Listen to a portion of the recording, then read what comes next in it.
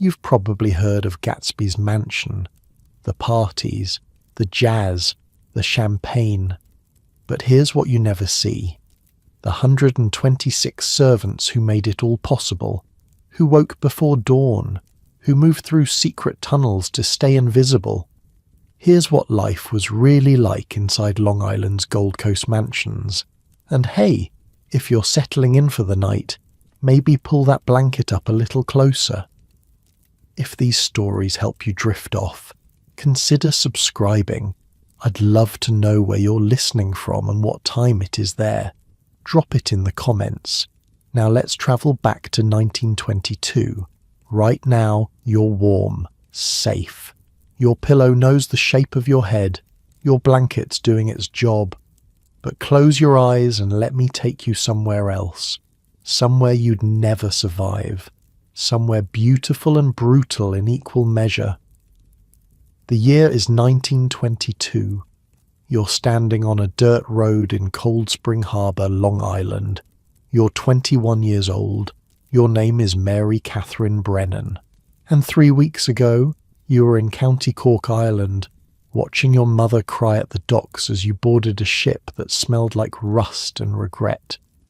Your hands are raw, still cracked from scrubbing your way across the Atlantic in steerage, where you'd traded labour for passage.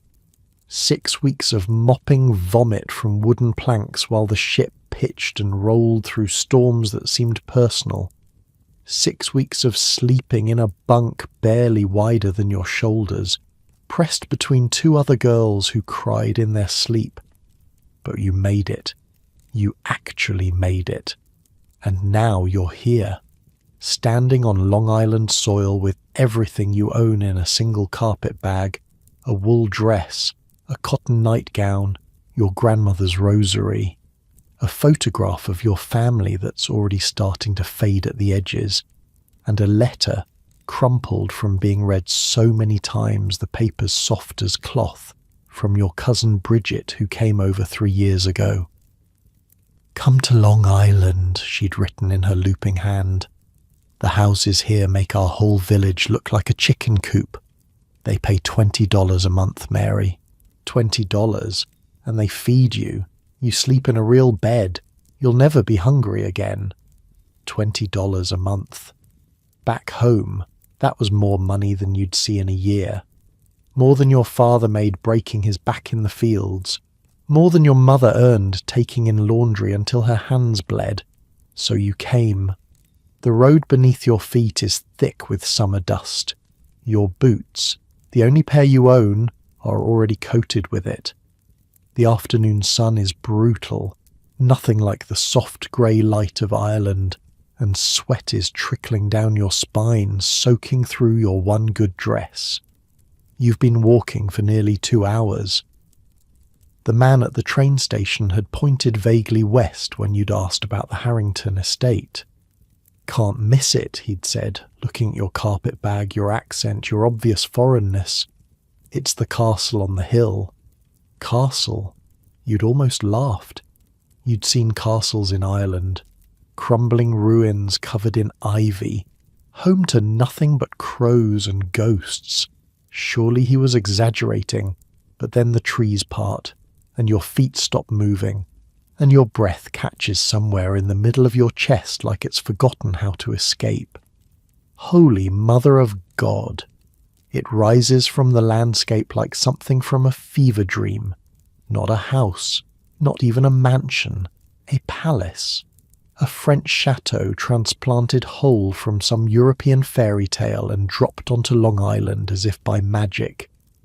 Cream-coloured limestone gleams in the afternoon sun, so bright it hurts your eyes. Towers reach toward the sky. Windows, hundreds of them, catch the light and throw it back like scattered diamonds. The roofline is a fantasy of peaks and dormers and chimneys, stretching on until you lose count. You've never seen anything like it. You've never even imagined anything like it. In County Cork, the grandest building you'd ever entered was the church. Stone walls, wooden pews, a single stained glass window, that turned the light pink and gold on Sunday mornings. That church had seemed enormous to you then, a monument to something greater than yourself. This house could swallow that church whole, could swallow your entire village whole and still have room for Sunday dinner. The grounds sprawl in every direction. Formal gardens stretch before the main entrance, geometric patterns of clipped hedges and gravel paths surrounding fountains that catch the sunlight.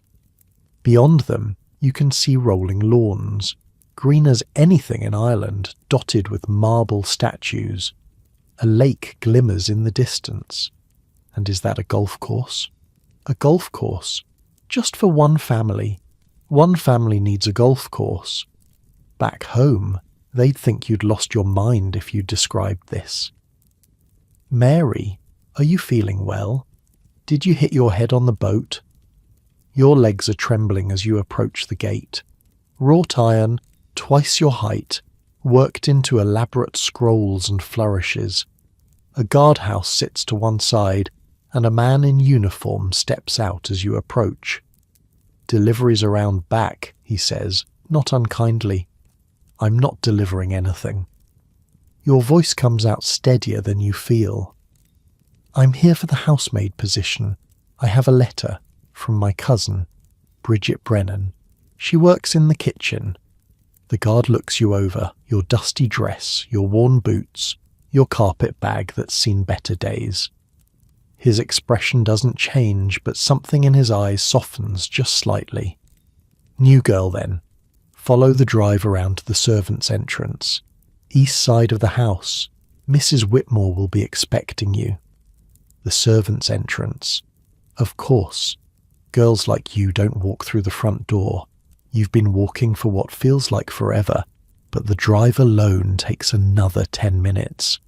10 minutes of crushed white gravel crunching beneath your feet. 10 minutes of that impossible house growing larger and larger until it fills your entire field of vision. 10 minutes of your heart beating so hard you're certain it's going to bruise your ribs. As you round the east side of the house, the grandeur fades slightly. This is the working part of the estate, you realise. The part they don't want guests to see. The walls are still that beautiful limestone, but the windows are smaller here, set deeper. A row of doors leads to what must be kitchens and storerooms. The smell of baking bread drifts through an open window, and your stomach clenches. You haven't eaten since dawn. "Mary?" You spin around, and there's Bridget, your cousin, standing in a doorway with flour on her apron and joy on her face. She looks different. 3 years in America have filled out her cheeks, smoothed the hungry lines around her eyes. Her hair, once as dull and lank as your own, is shiny and pinned up neatly beneath a white cap. She looks healthy. She looks like someone who eats 3 meals a day. "You made it," she says, and then she's hugging you, and you're both crying, and you don't care that you're covered in road dust or that your dress is soaked through with sweat. "It's so big," you manage to say against her shoulder. "Bridget, it's so big," she laughs, pulling back to look at you. "Wait until you see inside. Wait until you see the ballroom, the library, the bathrooms, Mary. They have indoor bathrooms with running water, hot running water. Hot running water, indoor bathrooms. These are things you've heard about but never experienced. Back home, you bathed once a week in a tin tub in front of the fire, heating water bucket by bucket. The luxury Bridget's describing is almost incomprehensible.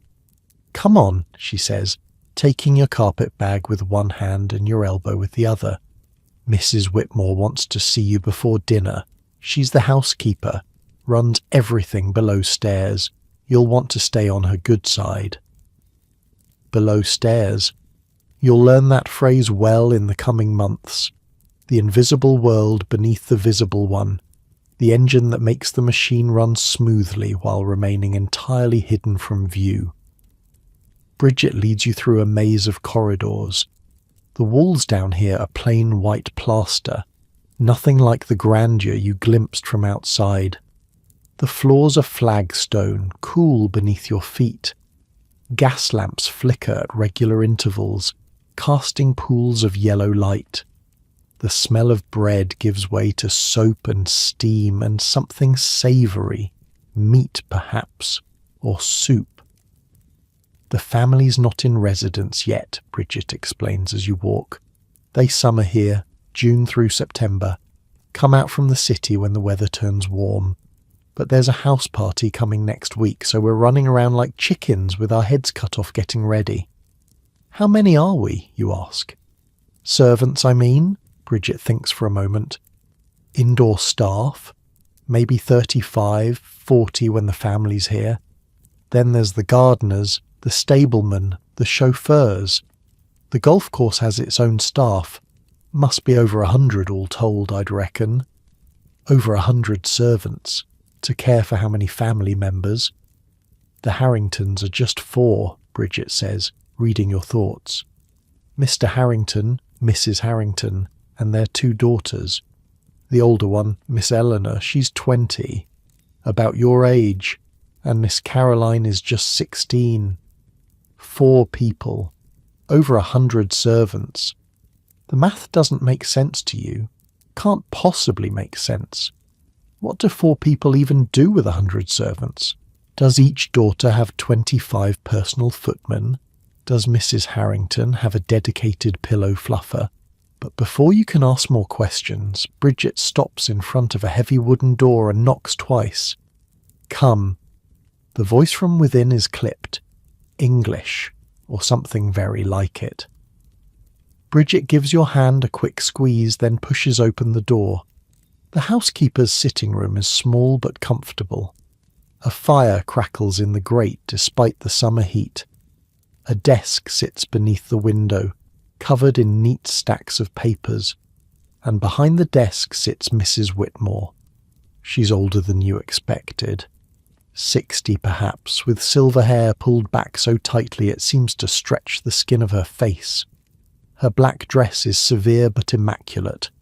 Her eyes, grey as a winter sky, miss nothing as they travel from your dusty boots to your sweat-dampened hair. Miss Brennan, I presume? Yes, ma'am. You're late. I expected you this morning. Your cheeks burn. The train was delayed, ma'am. I walked from the station as fast as I could. The train is always delayed.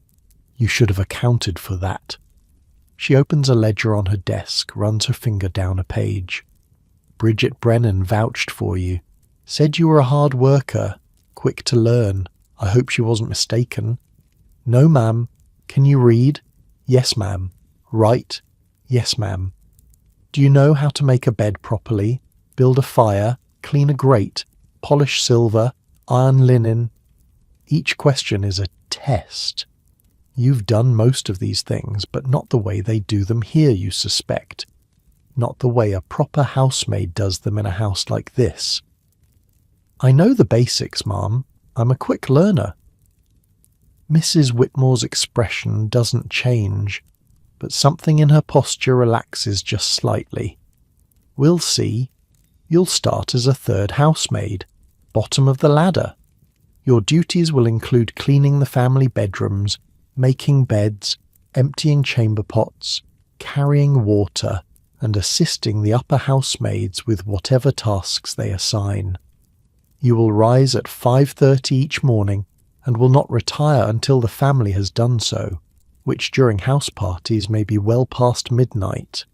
5:30 in the morning until past midnight.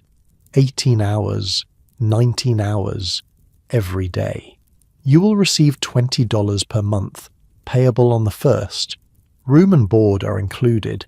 You're permitted 1 half-day off per week and 1 full Sunday per month, provided your duties are complete. You will wear the uniform provided. You will keep yourself clean and neat at all times. You will speak only when spoken to by members of the family. You will use the servants' stairs and the servants' entrance. Under no circumstances will you use the main staircase or the front door. Do I make myself clear? Yes, ma'am. If you're caught stealing, you will be dismissed without reference. I would never, ma'am. If you're caught in an inappropriate relationship with any male staff member, you will be dismissed without reference. Your cheeks flame, but you hold her gaze. Yes, ma'am. If you break anything of value, the cost will be deducted from your wages. Yes, ma'am. Good. Mrs. Whitmore closes the ledger. Bridget will show you to your room and provide your uniform. Report to the kitchen at 5:30 tomorrow morning. The upper housemaid will assign your duties, that is all. You're dismissed, just like that. Bridget takes your elbow again and guides you out of the room, back into the maze of servants' corridors. You did well, she whispers once you're out of earshot. She likes you. She didn't seem to like me at all, Bridget laughs quietly. That's her liking you. You should see her when she doesn't. The servants' quarters are on the top floor of the house. Top floor, in a house this size, means climbing what feels like 100 stairs, each step echoing in the narrow stairwell. By the time you reach the landing, your legs are burning. Men's quarters are on the other side of the house, Bridget explains, strictly separate. If you're caught on their side after dark, Mrs. Whitmore will have your head. The women's corridor is long and narrow, lined with identical doors. Small windows at each end let in thin slices of late afternoon light. The walls are whitewashed, the floors bare wood. It's clean but sparse, institutional. Nothing like the grandeur below. Bridget stops at the third door from the end. Home sweet home. You'll be sharing with Annie and Ruth. Annie's a second housemaid, been here 2 years.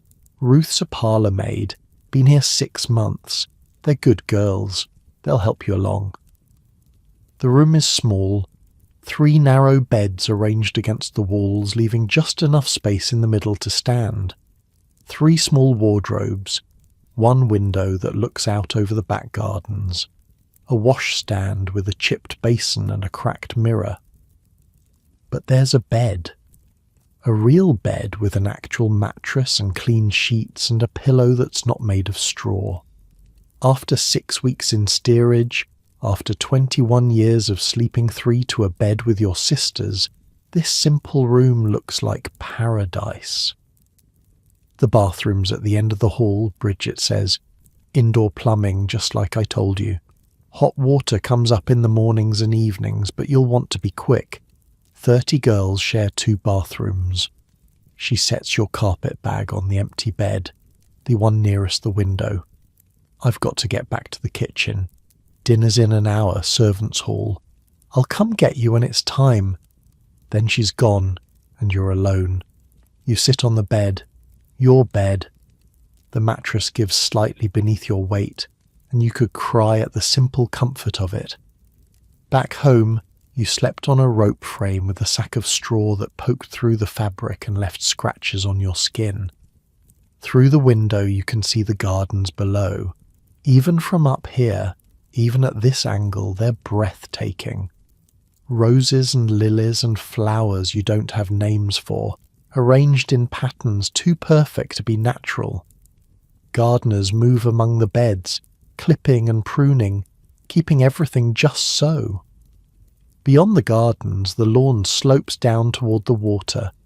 Long Island Sound, you think, remembering your geography. The water catches the late afternoon sun and scatters it into a million golden fragments.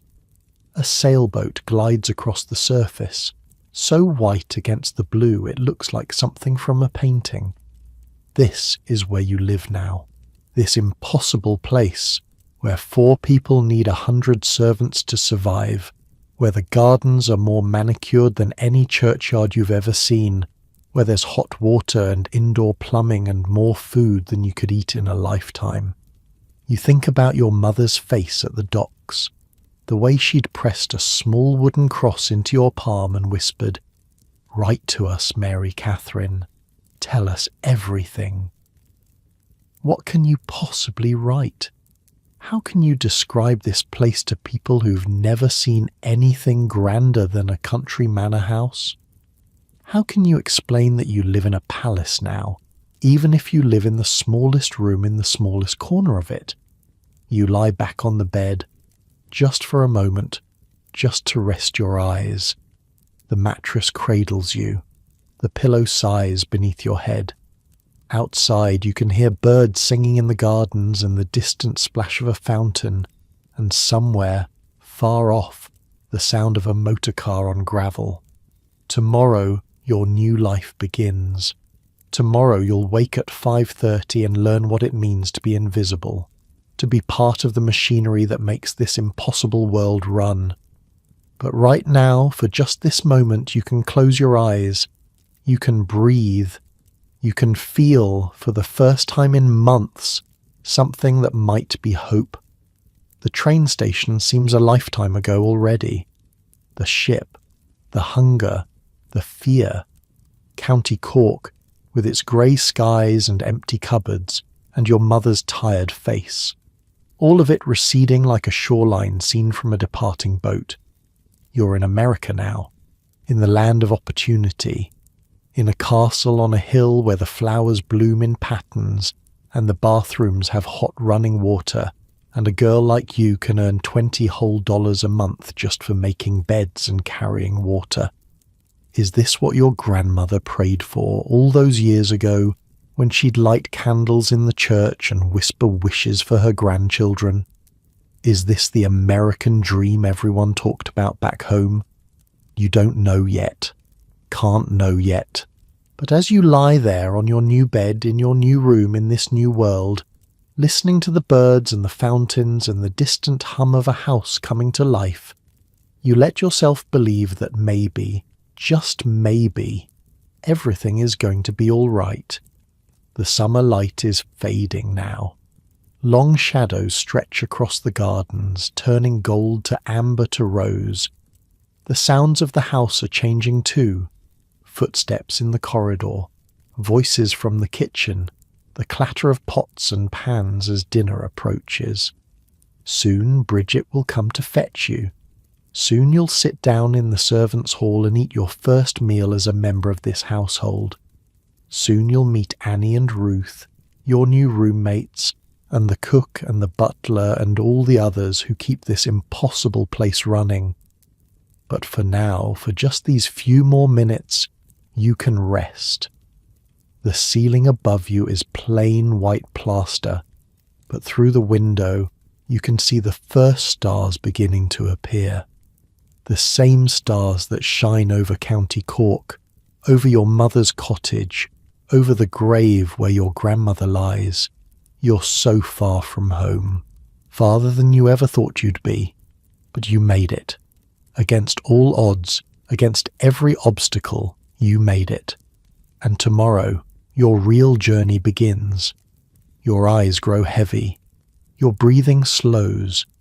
The sounds of the house fade into a gentle murmur, like waves on a distant shore. In the servants' quarters of one of the grandest houses in America, a girl from County Cork falls asleep. She doesn't know yet what's coming. The parties and the secrets, the romances and the heartbreaks, the crash that will bring it all tumbling down, the history she's about to live through. But you know, and you'll be there with her every step of the way. Welcome to Long Island's Gold Coast. Welcome to the world of the robber barons and their castles in the sky. Welcome to the invisible army that made the glamour possible. Welcome home. Someone is shaking your shoulder. Mary, Mary, wake up. Your eyes open to darkness. For a terrible moment you think you're back on the ship, back in steerage, back in that narrow bunk with the whole world pitching and rolling beneath you. But no, the bed isn't moving. The air doesn't smell like vomit and seawater, and the voice whispering your name has an American accent, not Irish. First bell rang 5 minutes ago. You need to get up. Now. You sit up so fast your head spins.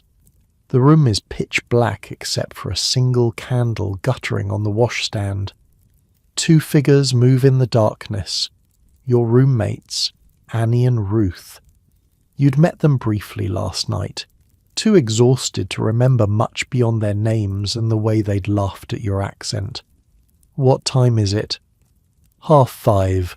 You've got 15 minutes to wash and dress before Mrs. Whitmore does inspection.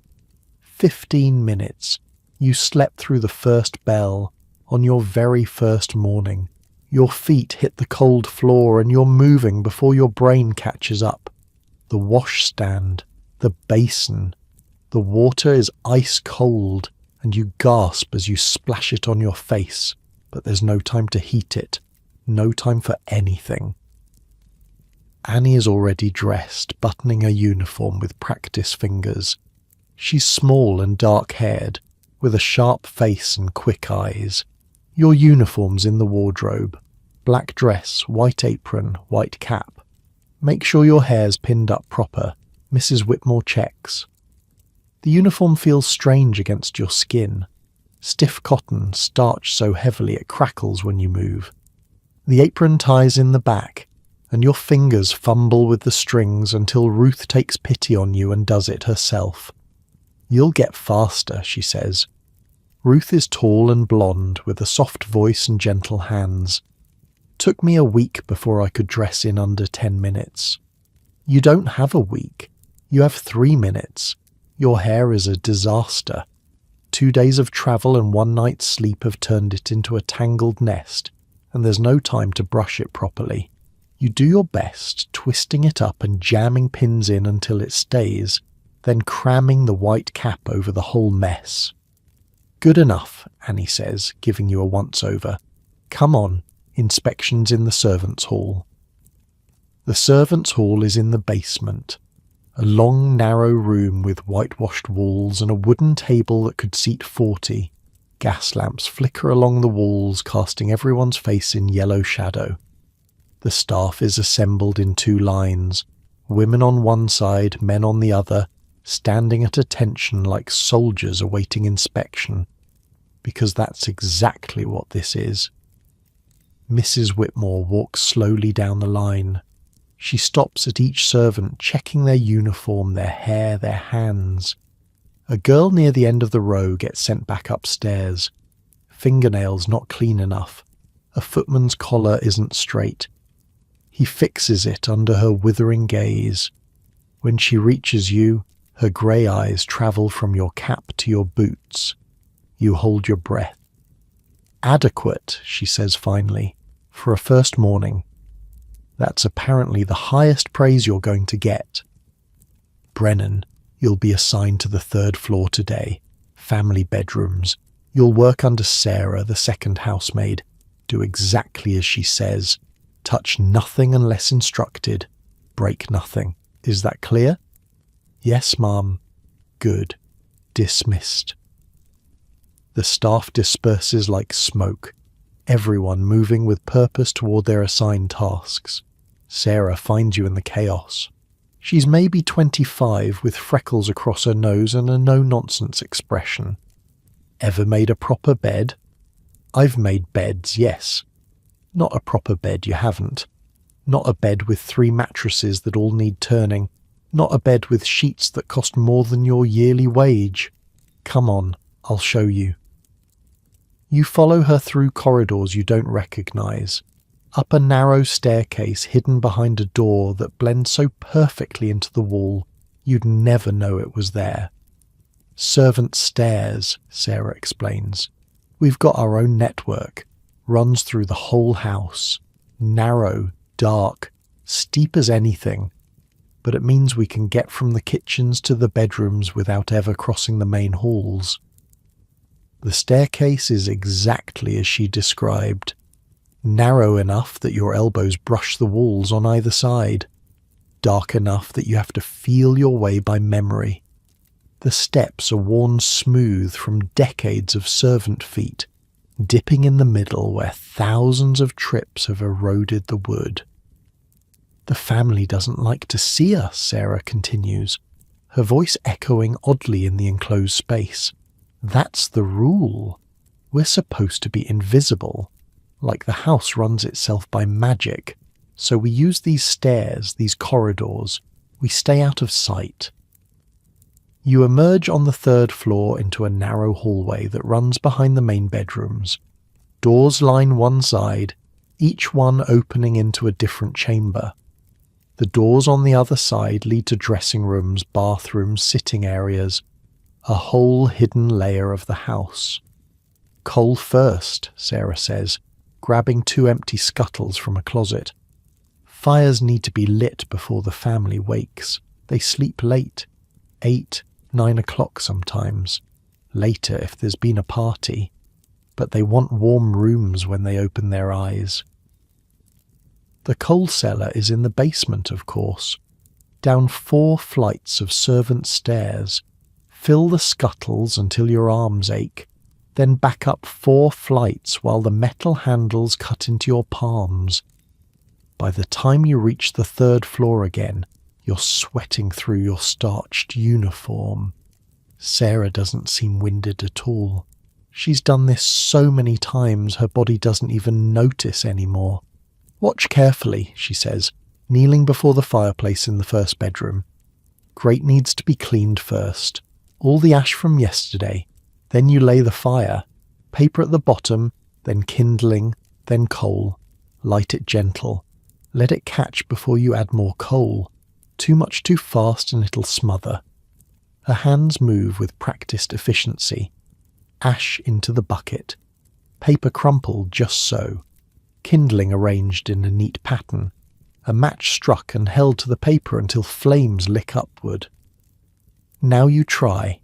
Next room. The next room is larger. The fireplace is set with marble veined with gold. The mantelpiece holds a clock that looks older than your grandmother. You kneel on a hearth that probably cost more than your entire village and try to remember Sarah's instructions. Ash out, paper down, kindling, coal. Your first attempt smothers. Your second attempt catches but burns too fast. Your 3rd attempt finally produces something like a proper fire. You'll get faster, Sarah says. The same words Ruth used earlier. We've got 6 more rooms to do before 7. 6 more rooms. 6 more fireplaces. 6 more climbs up and down the servants' stairs with heavy coal scuttles. But you're not finished with this room yet. The fire is just the beginning. Chamber pot, Sarah says, nodding toward a decorative screen in the corner. Empty it in the slop closet at the end of the hall. Rinse it. Bring it back. Behind the screen sits a porcelain pot, painted with delicate flowers. It's the fanciest chamber pot you've ever seen, and it needs emptying. Rich people, you think. Even their poop is fancy. The slop closet has a drain in the floor and a tap that produces water cold enough to make your teeth ache.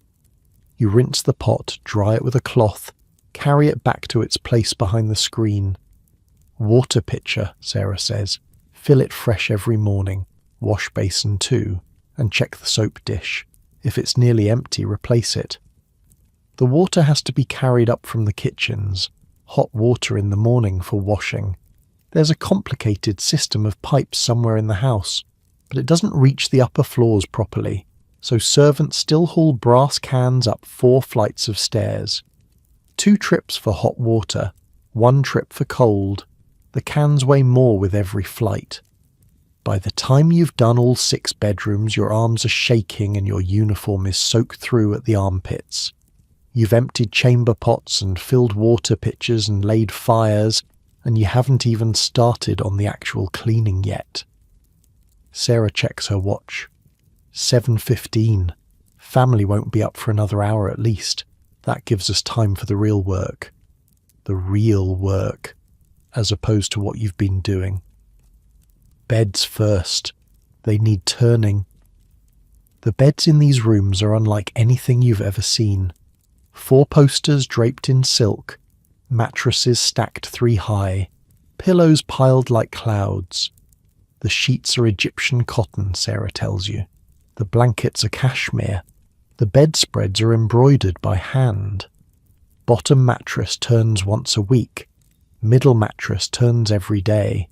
Top mattress gets fluffed until it's soft as air. Watch. She strips the bed with surgical precision. Sheets folded and set aside. Each mattress turned in sequence, a whole body effort that leaves you breathless just watching. Then the sheets go back on, tucked so tight you could bounce a coin off them. Hospital corners. Perfect alignment. Not a single wrinkle. Your turn. The next bed takes you 20 minutes. Sarah does hers in 5. You'll get faster, she says again. You're starting to hate that phrase. After the beds come the surfaces. Every table, every dresser, every nightstand needs dusting. The furniture polish smells like lemons and something chemical. You work it into the wood with a soft cloth, buffing until you can see your own reflection. Careful with the ornaments, Sarah warns. That vase is Ming Dynasty, probably worth more than we'll both earn in a lifetime. You hadn't even noticed the vase. It sits on a corner table, blue and white porcelain, so delicate it looks like it might shatter if you breathe on it. You dust around it without touching, terrified of even coming close. The morning stretches on. Dusting becomes sweeping, becomes mopping. Curtains need straightening. Windows need checking for smudges. Mirrors need polishing until they gleam. And through all of it, you must remain invisible. Footsteps, Sarah hisses suddenly, grabbing your arm. Main corridor, come on. You duck through a door you hadn't noticed into a narrow passage that runs between the walls. Sarah presses a finger to her lips. Through the thin plaster you can hear footsteps passing. A voice, female, young, complaining about something. Miss Caroline, Sarah whispers, the younger daughter. She's up early. You wait in the darkness until the footsteps fade. Then you emerge, ghost-like, into the bedroom you'd just finished cleaning and continue as if nothing happened. She didn't know we were there, Sarah says. That's the whole point. She never knows we're here. None of them do. They wake up to warm rooms and clean sheets and fresh water, and they never think about who made it happen. You think about your mother, rising before dawn to light the fire, to fetch water from the well, to start the porridge. All the invisible labour that kept your family alive. It's not so different, really. Except the scale, except the wealth, except the 100 servants instead of one tired woman. Breakfast, Sarah says finally, checking her watch again. Servants' hall, 20 minutes, then we start on the main floor. Breakfast is porridge and toast and tea. Real tea, not the weak stuff you had back home. And bacon, and eggs. You eat like you haven't eaten in weeks, which is nearly true. The servants' hall is full now. Kitchen maids and scullery maids and laundresses and footmen and gardeners, all eating at the long table in strict hierarchical order. Upper servants at one end nearest the fire, lower servants at the other, nearest the draughts. You're at the very bottom. Squeeze between 2 other third housemaids who don't bother introducing themselves. But the food is good. The food is plentiful. And for the first time since you left Ireland, you feel genuinely full. After breakfast, Sarah leads you downstairs to the main floor, and for the first time you see the house as the family sees it. Holy Mother of God! The entrance hall alone could swallow your entire childhood home. A grand staircase sweeps upward, carved from white marble, gleaming under crystal chandeliers. The floors are polished wood, dark and lustrous. Paintings line the walls, landscapes, portraits. A woman in pearls who looks down at you with something like amusement. Carrere and Hastings, Sarah says, noticing your expression. They designed this house, same firm that did the New York Public Library. You don't know what that means, but you nod anyway. The drawing room takes your breath away. Gold leaf on the ceiling, silk on the walls, furniture that looks too beautiful to sit on, a fireplace you could stand upright in, carved with scenes from Greek mythology. Don't touch the artwork, Sarah says. Ever. The paintings alone are worth more than this house. More than this house, which cost $11 million to build. You can't comprehend numbers like that. Can't wrap your mind around a world where paintings cost more than palaces. The library is next. Floor-to-ceiling bookshelves, filled with leather-bound volumes that nobody ever reads. A rolling ladder for reaching the upper shelves, a desk the size of a dining table, and there, behind one of the bookshelves, a door you wouldn't see unless you knew to look. Secret passage, Sarah says, pushing it open, leads to the servants' quarters.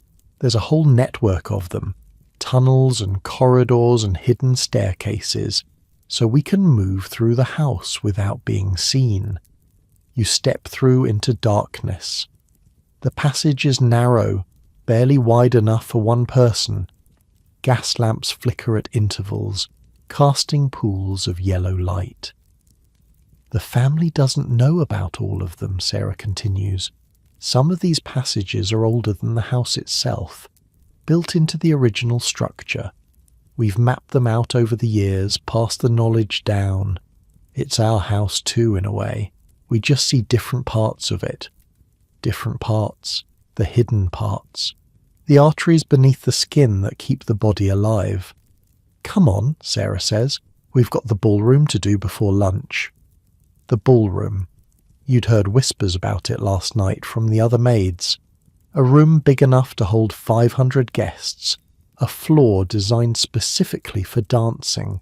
Chandeliers that take 3 servants an entire day to clean. You emerge from the passage into a room that stops you dead. It's enormous. The ceiling soars 3 stories overhead, painted with clouds and angels and scenes from some paradise you've never imagined.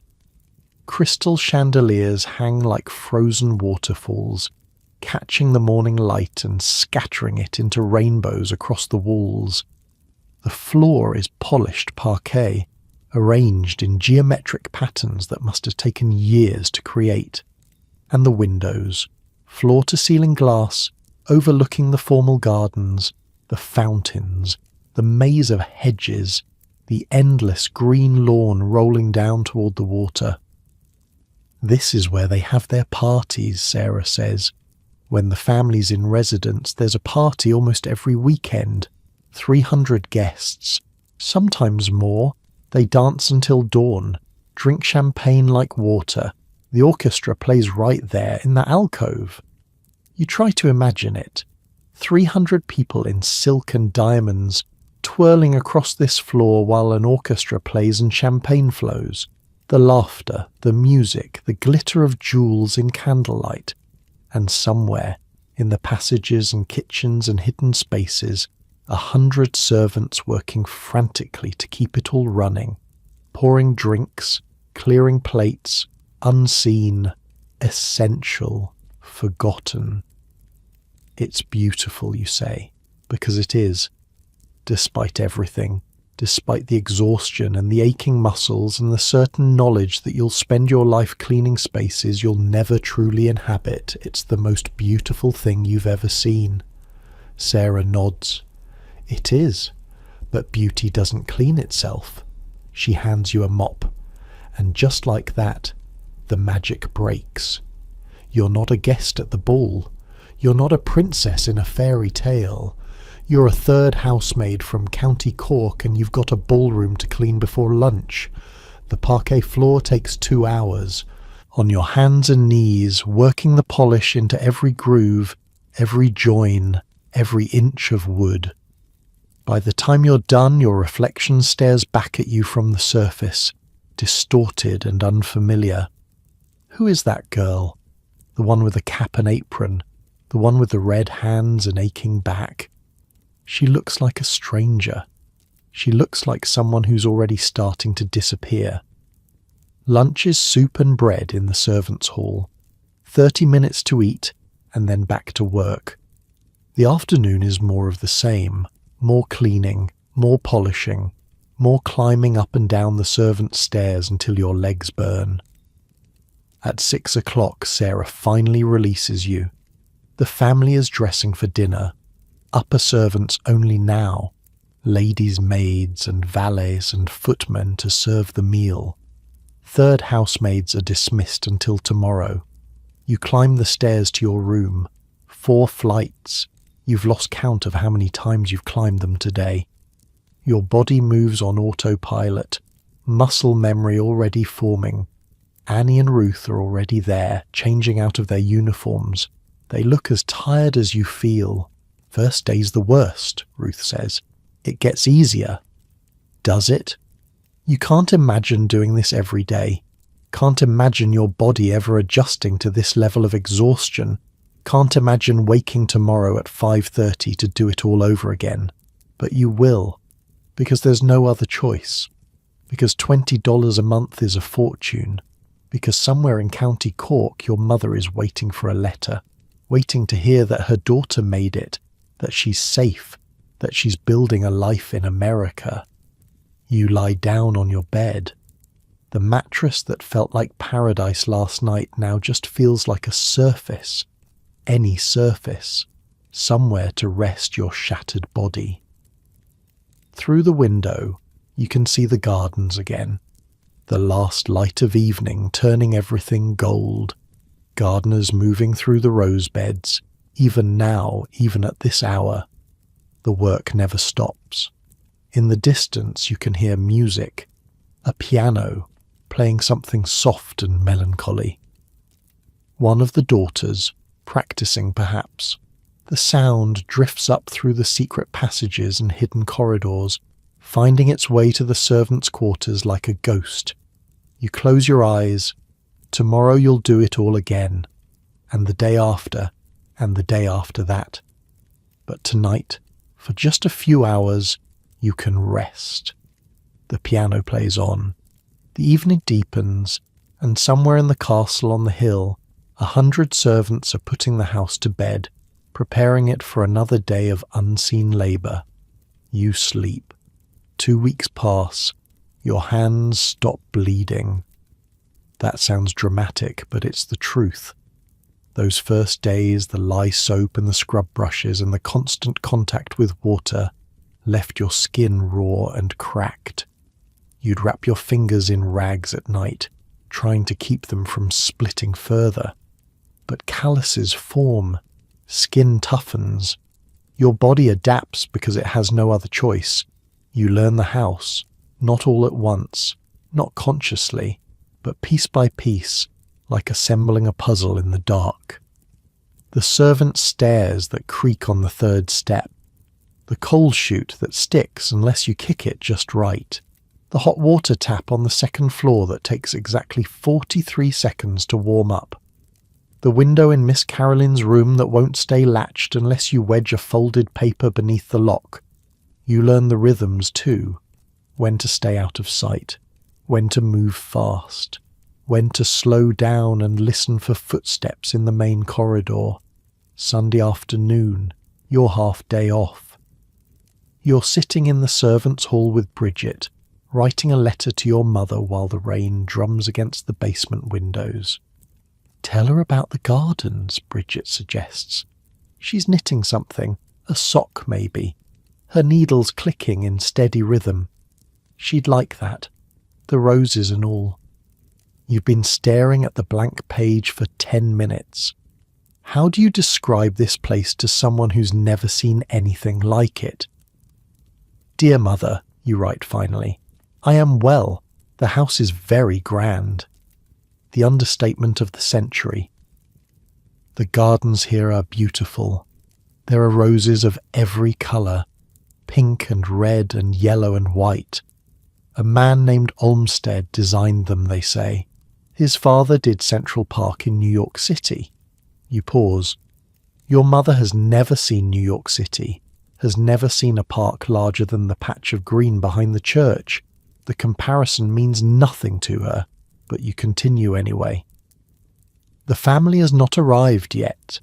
We're preparing for a house party next week. I work hard, but I am eating well. 3 meals a day and sometimes cake on Sundays. Cake. That detail will make her happy. Will make her believe you're thriving here, even if thriving means scrubbing floors until your knees bruise and carrying water until your shoulders ache. How's the food, really? Bridget asks, without looking up from her knitting. Better than anything back home. Wait till the family's here. The cook makes French food then. Sauces you wouldn't believe. Sometimes we get the leftovers. French food. Your mother wouldn't know what that means either. A bell rings somewhere above. 3 short chimes. Bridget frowns. That's Mrs. Whitmore. Something's up. By the time you reach the housekeeper's sitting room, half the female staff is already assembled.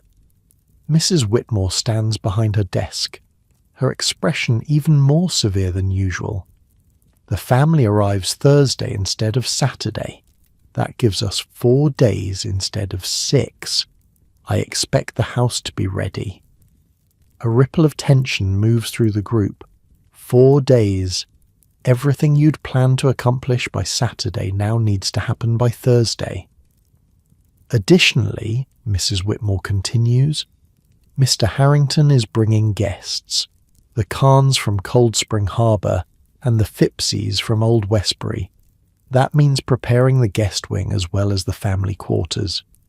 The Kahns, the Phippseys, names you don't recognise, but from the way the other maids shift and whisper, they're clearly important. After the meeting breaks up, you find Sarah in the linen closet counting sheets. Who are the Kahns? Sarah doesn't look up from her counting. Otto Kahn, banker, lives about 10 miles from here in a place called Oheka, named it after himself.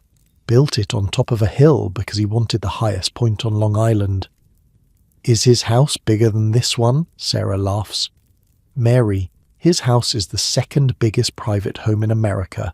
127 rooms, 39 fireplaces. They've got 126 servants just to keep it running. 127 rooms. You try to picture it. This house feels infinite already, and there are maybe 60 rooms here. What would you even do with 127? I barely know my way around this place, you say. That house must require a map. They probably have servants whose only job is giving directions to the other servants. You're joking. Sarah's expression suggests she might not be. He built it because the country clubs wouldn't let him in, Sarah continues. He's Jewish, German immigrant, made a fortune on Wall Street, but that didn't matter to the old money families. They blackballed him from every club on Long Island, so he built his own castle and his own golf course and threw parties that made everyone else look shabby. Something twists in your chest. Complicated feelings about a man you've never met. On one hand, he's unimaginably wealthy, part of the system that keeps you scrubbing floors for $20 a month. On the other hand, he knows what it's like to be excluded, to be told you don't belong, no matter how hard you work. What about the Phippses? Steel money, Old Westbury Gardens. John Phipps married a British woman, promised to build her a house as beautiful as anything in England. They say it looks like something from 300 years ago, Charles II style, whatever that means. Charles II. You don't know who that is either. His wife decorated the whole place with antiques from real English mansions, Sarah continues. Bought them after the war, when the British families were selling everything to pay death taxes, chandeliers, furniture, paintings. There's a portrait there by some famous artist.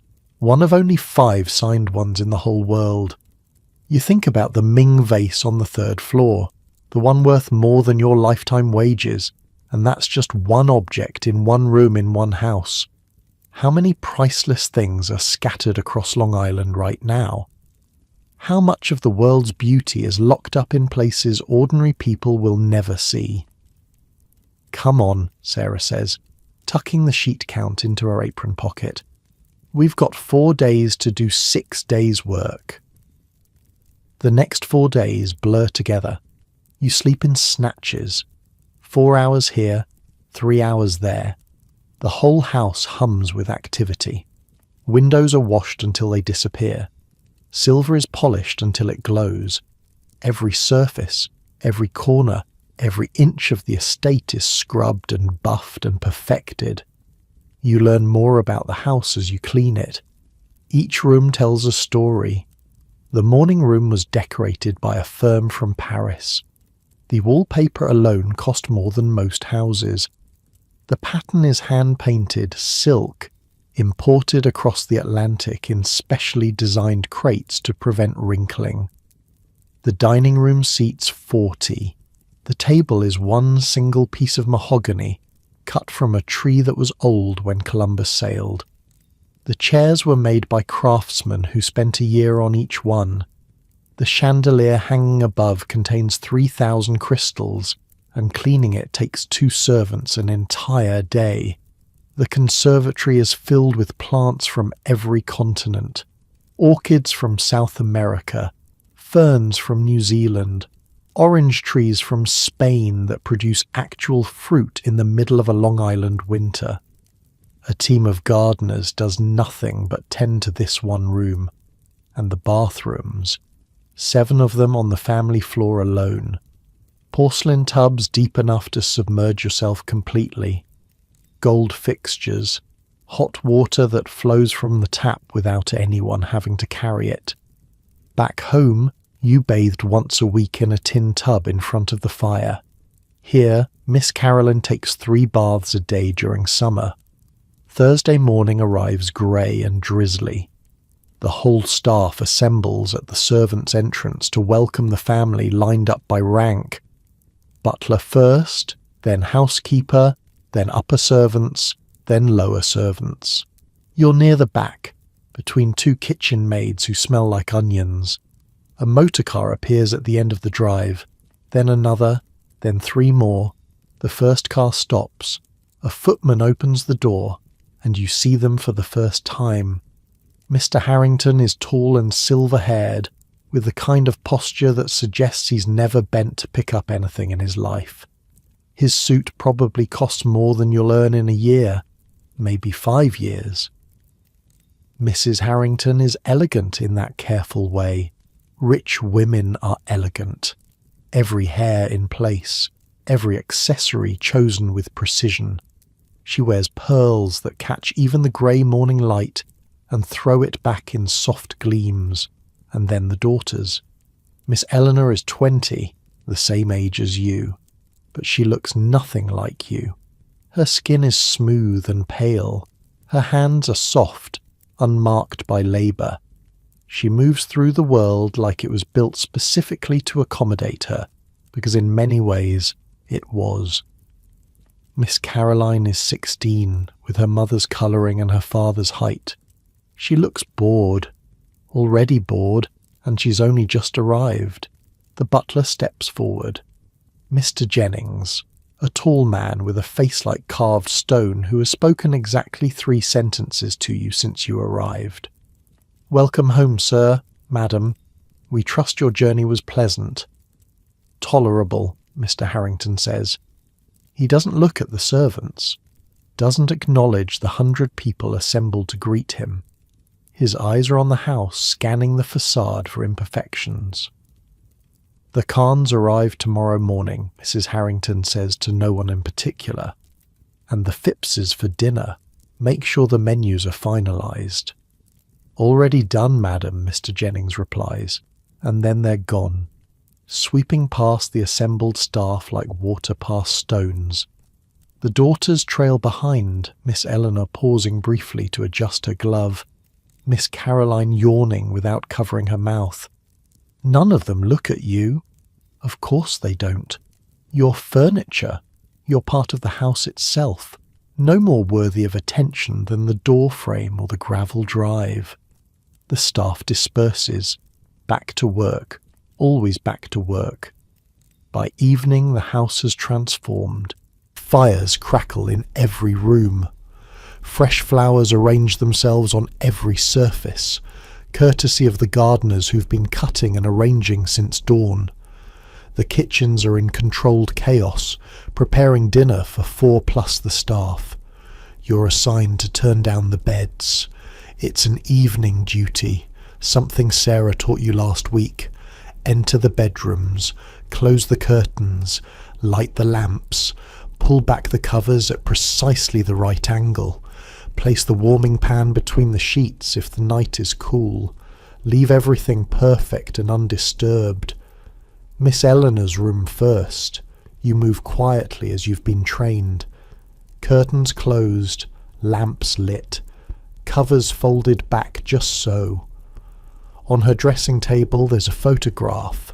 A young man in a military uniform, handsome in that rich boy way, smiling at the camera. You wonder who he is. A sweetheart maybe, a brother, someone important enough to warrant a silver frame. You don't linger, don't snoop. That's a fireable offence. Miss Caroline's room next. It smells like perfume, something floral and expensive. Her belongings are scattered everywhere already. Gloves on the chair, a hat on the bed, a novel open and face down on the nightstand. The novel catches your eye. The cover shows a woman in a flowing dress reaching toward a distant figure. Romance, probably.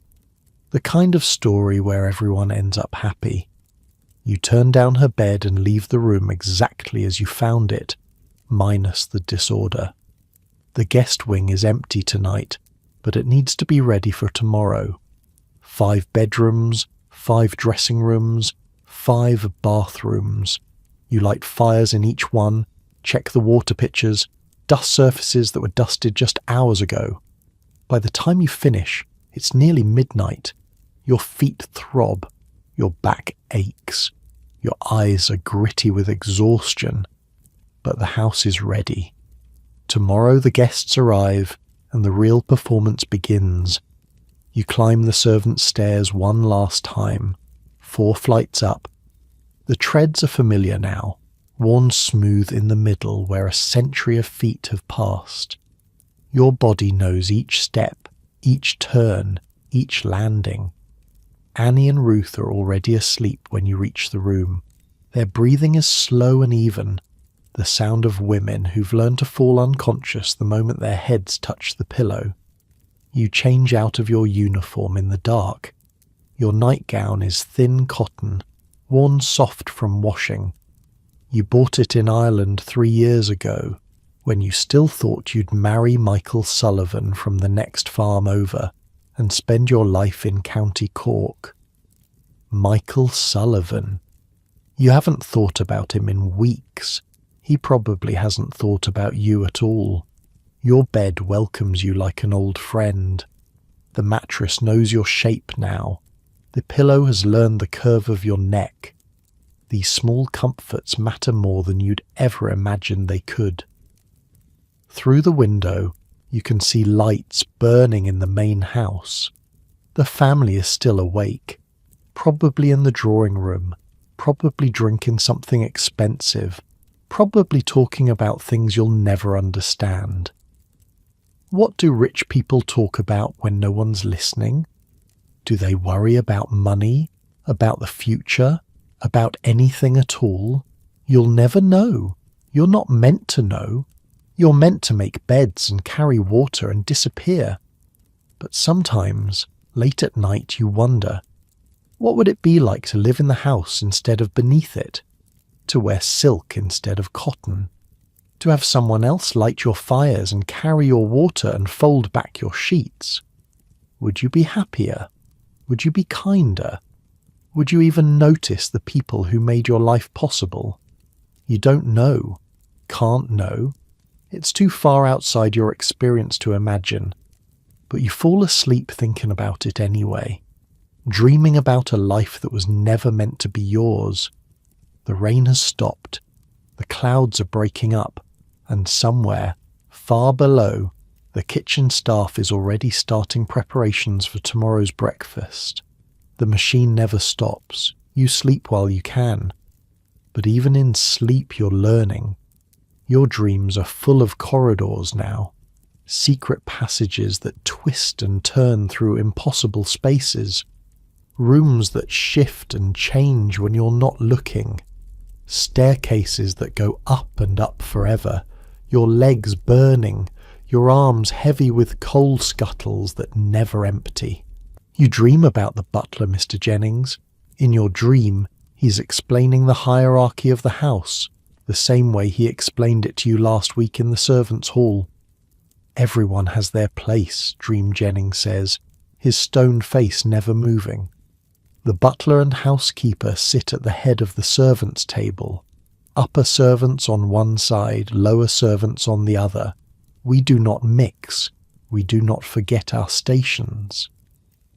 Upper servants, that's the butler, the housekeeper, the cook, the ladies' maids, the valets. They have their own sitting room, their own dining room sometimes. They dress better, eat better, speak better. Some of them have been in service their whole lives, trained from childhood in great houses across England or Germany or France. Lower servants, that's everyone else. Housemaids, kitchen maids, scullery maids, laundresses, hall boys, the people who do the hard physical work while the upper servants supervise. And then there are the outdoor staff, gardeners and stablemen and chauffeurs. They have their own hierarchy, their own rules, their own separate world. In your dream, Mr. Jennings walks you through the servants' quarters, shows you the butler's pantry where the silver is kept in locked cases, shows you the wine cellar where bottles older than your grandmother wait in dusty rows, shows you the gun room, the flower room, the lamp room, the boot room. So many rooms, so many functions. Every aspect of the family's life requires its own dedicated space, its own dedicated servants. The family has 4 members, Dream Jennings says. We have over 100 staff. That is a ratio of 25 servants per family member. Think about that, Miss Brennan. 25 people dedicated to making one person's life comfortable. You think about your mother, one woman, running an entire household, cooking and cleaning and washing and mending and gardening and child raising, all by herself, with maybe a neighbour's help during harvest time. Here, they have a servant just to clean the lamps, another servant just to polish the boots, another servant whose only job is arranging flowers. Is it necessary, you ask in the dream? All of this? Dream Jennings looks at you with something like pity. Necessary? No, nothing about this life is necessary. But that's not the point. The point is the appearance of necessity. The illusion that all this splendour simply happens naturally, that these people deserve the luxury they enjoy. We create that illusion. We make the impossible look effortless. You wake before dawn, the dream still clinging to you like cobwebs. The real Mr. Jennings has never said anything like that to you, has barely said anything to you at all. Upper servants don't fraternise with third housemaids from County Cork. But the dream felt true anyway. You lie there in the darkness, listening to Annie and Ruth breathe, thinking about illusions. Back home, everyone knew how hard your mother worked.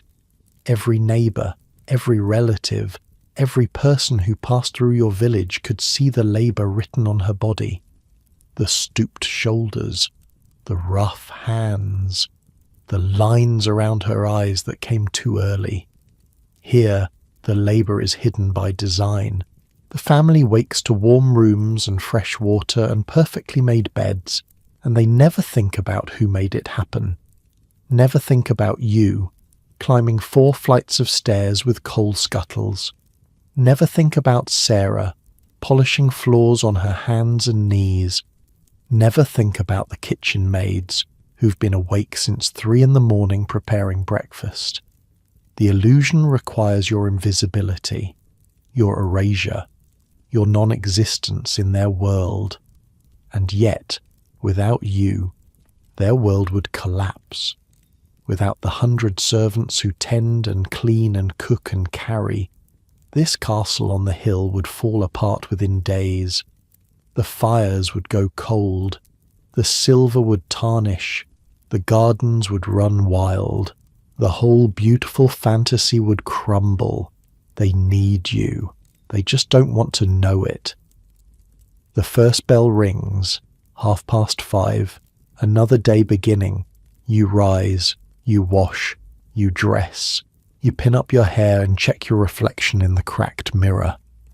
The stranger looking back at you is becoming familiar now. The sharp cheekbones from eating regular meals, the clearer skin from sleeping indoors, the calloused hands that no longer hurt. You're changing. The house is changing you. Is that a good thing? You honestly don't know, but there's no time to wonder. The guests arrive today. The Khans with their castle on a hill. The Phippses with their English antiques. The performance begins. You head for the servants' stairs, joining the stream of women in identical black dresses and white caps. Nobody speaks. Nobody needs to. The routine is so ingrained now it happens without thought. Down 4 flights, across the basement corridor, into the servants' hall for inspection. Mrs. Whitmore's grey eyes sweep the line. Today she's even more exacting than usual. A hair out of place, a button undone, and you'll be sent back upstairs to fix it. Your uniform is perfect.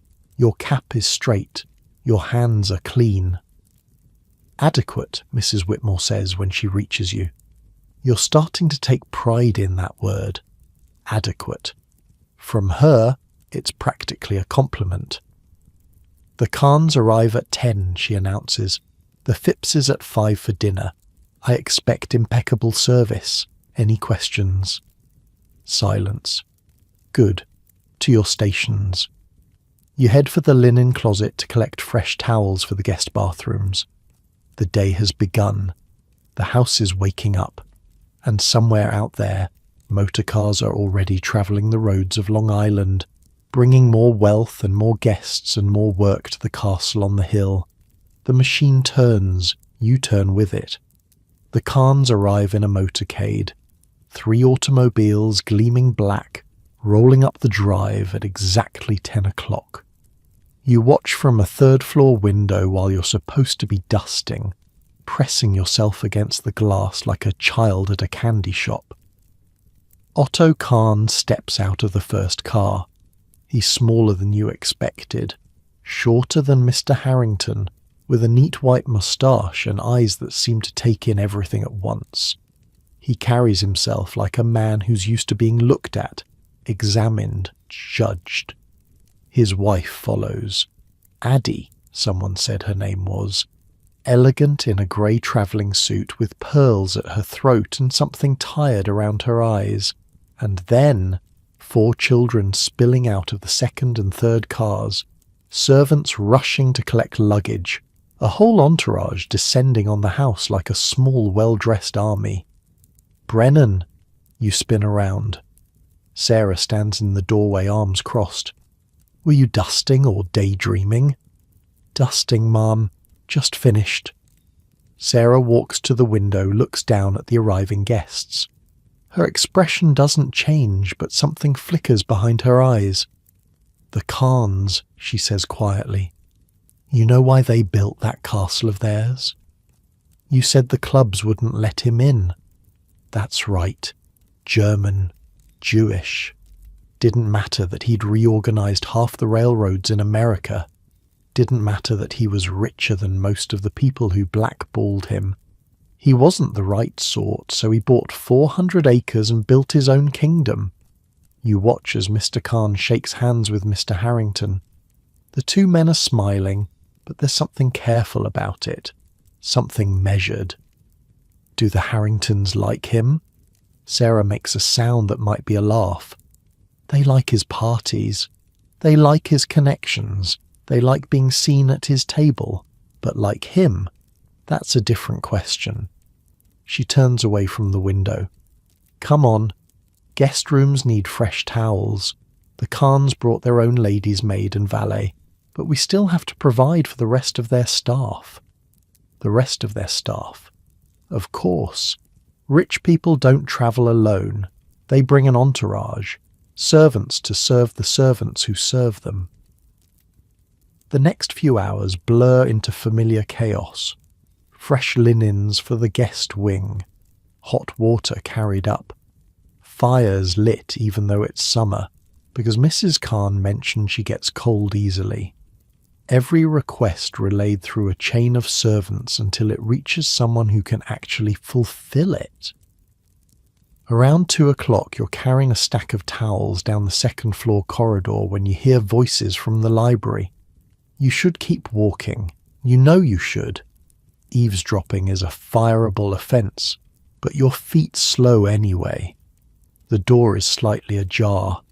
Through the gap, you can see Mr. Harrington and Mr. Khan standing by the fireplace, brandy glasses in hand.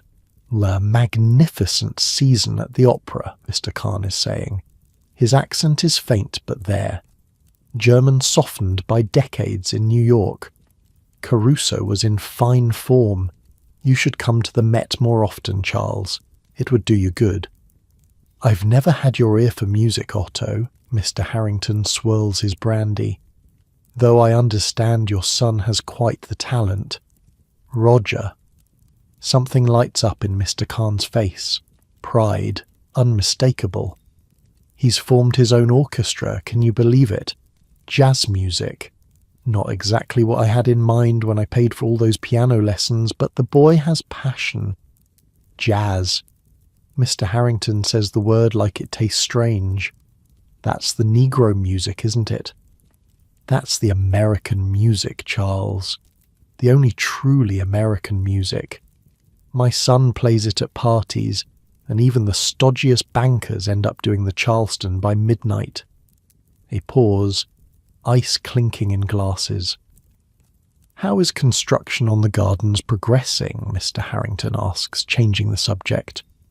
"Olmsted's boys are nearly finished. The formal garden will be ready by August. I'm planning a party to celebrate.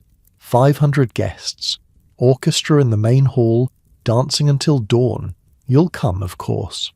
500 guests. The ballroom you scrubbed on your hands and knees could hold maybe 300. What kind of ballroom holds 500?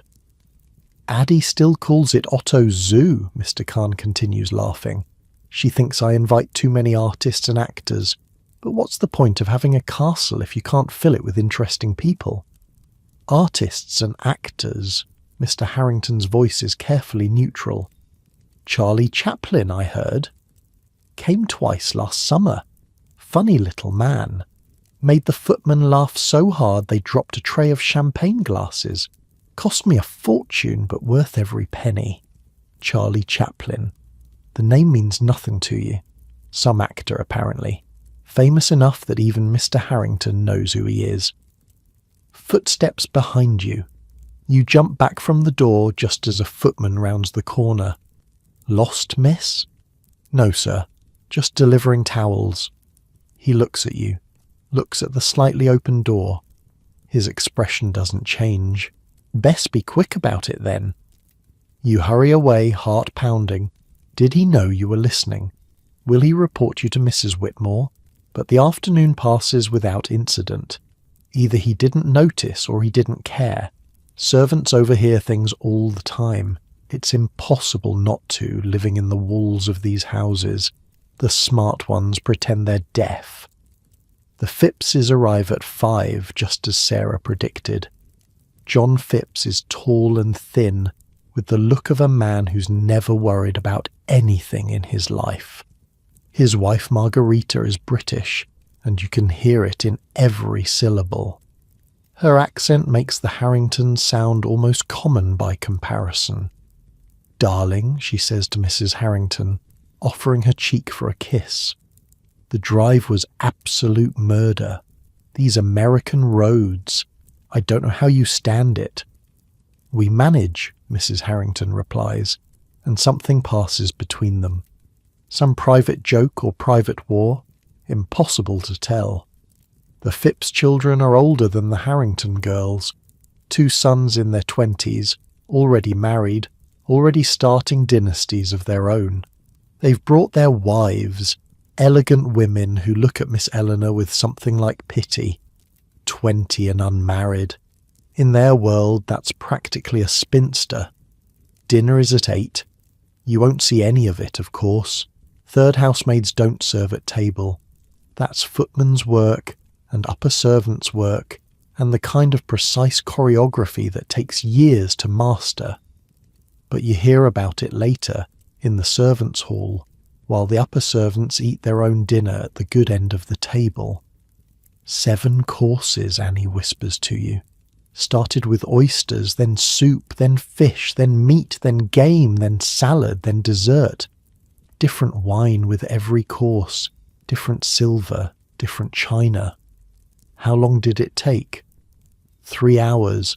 They sat at that table for 3 hours. 3 hours to eat dinner. Back home you ate standing up half the time, shoving bread into your mouth between chores. Here, dinner is a performance, an event. Something that requires 7 courses and 3 hours, and a team of servants working in perfect synchronization. After dinner, the ladies withdraw to the drawing room while the men stay for cigars and brandy. That's when the real business happens, Sarah told you once. The men make deals while pretending to relax. Railroad investments, stock tips, political maneuvers, all disguised as casual conversation over expensive tobacco. You're assigned to check the bedrooms while the family's downstairs, turn down the beds, light the lamps, make sure everything's perfect for whenever they decide to stumble upstairs. The Kahns are staying in the blue room and the green room. Mrs. Kahn's things are arranged with military precision on her dressing table. Perfume bottles in size order, hairbrushes aligned. A photograph of her children in a silver frame positioned to catch the light. Mr. Kahn's room is different. Papers everywhere. Books stacked on the nightstand, on the desk, on the floor beside the bed. You recognize some of the titles from the spine. Philosophy, economics, a volume of poetry in German. So he reads. Actually reads, not just owns books to impress visitors. There's something humanizing about that. Something that makes him less like a character from a story and more like a person. You turn down his bed, careful not to disturb the papers, light the lamp, check the water pitcher. On his desk there's a letter, half written. You shouldn't look. You really shouldn't. But your eyes catch a phrase anyway. They will never accept us no matter how much we give. But perhaps that's not the point. Perhaps the point is to build something beautiful anyway, something that will outlast their prejudice. You look away, feel something complicated twist in your chest. He knows. Of course he knows. He built a castle on a hill and filled it with artists and actors, and threw the biggest parties Long Island has ever seen, and he knows none of it will ever be enough. The old money families will take his champagne and dance in his ballroom, and still look down on him for being born on the wrong side of some line they drew before he was even born. You think about your own unmarked lines, Irish, Catholic, servant, the things that mark you as lesser in this world. No matter how hard you work, at least you and Otto Kahn have that much in common. The Phipps rooms are on the other side of the guest wing. Margarita Phipps has brought what looks like half of England with her. trunks and hat boxes and garment bags and a jewellery case that probably contains more wealth than your whole village. Her lady's maid is British too, a sharp-faced woman named Collins who looks at you like you're something stuck to her shoe. The mistress requires her bed warmed, Collins says. See to it. Yes, ma'am. You fetch the warming pan from the closet, fill it with hot coals from the fireplace, and run it between the sheets until the chill is gone. It's a simple task, but Collins watches you like you might set the bed on fire. Irish, are you? Yes, ma'am, County Cork. She doesn't say anything else, but her expression says enough. Irish servants are common here, but they're not exactly respected. Too wild, the English think. Too superstitious. Too Catholic. You finish warming the bed and escape before she can find something else to criticise. The evening wears on. Laughter drifts up from the drawing room. Music starts at some point, a gramophone playing something jazzy. The Khan's influence, probably. Mr. Khan and his jazz. By 11, the family starts retiring. The men first, surprisingly. Then the older women. The young people stay up later, dancing in the music room, their footsteps echoing through the floors above your head. You're dismissed at midnight, but sleep doesn't come easily. Your mind keeps circling back to that letter on Otto Kahn's desk. They will never accept us. Something beautiful anyway. Is that what you're doing here? Building something beautiful in a world that will never accept you? Finding meaning in work that's designed to make you unseen? Or are you just surviving? Just getting through each day, earning your $20, sending money home to a family you might never see again? You don't know, can't know, not yet. But as you lie there in the darkness, listening to Annie and Ruth breathe, you think about castles on hills and the people who build them, the people who fill them with art and music and laughter, trying to prove something to a world that's already made up its mind. Maybe that's all any of us can do. Build something beautiful. Hope someone notices. The house settles around you, creaking floors and sighing walls and the distant sound of footsteps on the servants' stairs. Someone's still awake. Someone's always still awake. The machine never stops, not really. It just slows down in the small hours, catching its breath before dawn brings another day. Tomorrow there will be breakfast to prepare and rooms to clean and guests to accommodate. Tomorrow the Harringtons and the Khans and the Phippses will wake to warm rooms and fresh water, never wondering how it got there. But tonight, for just a moment, you let yourself wonder about them, about the loneliness of building castles, about the weight of pearls and the prison of privilege. They have everything you'll never have, but maybe in some small way they're trapped too. The thought doesn't comfort you exactly, but it makes the world feel a little less divided, a little more human. You close your eyes. The letter stays with you as you drift towards sleep. Something beautiful anyway. Yes, maybe that's the point.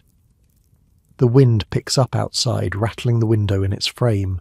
A storm coming maybe, or just the Long Island Sound, breathing in and out like something alive. You sleep. And somewhere below, in a castle on a hill, the last dancers finally stop their spinning and head upstairs to beds that are already warm, sheets already turned, lamps already lit. They don't know your name, will never know your name. But you're the reason their world works, and for now, that has to be enough. In your dreams, you're back in County Cork. Your mother is showing you how to set a table, the way she does for Sunday dinner when the priest comes. 2 plates, 2 forks, 2 knives. Simple, clean, poor but dignified. This is how we do things, Dream Mother says. We make the best of what we have. Then the table stretches, grows, expands until it fills the whole world. Plates multiply like magic. 7 courses, 20 courses, 100 courses.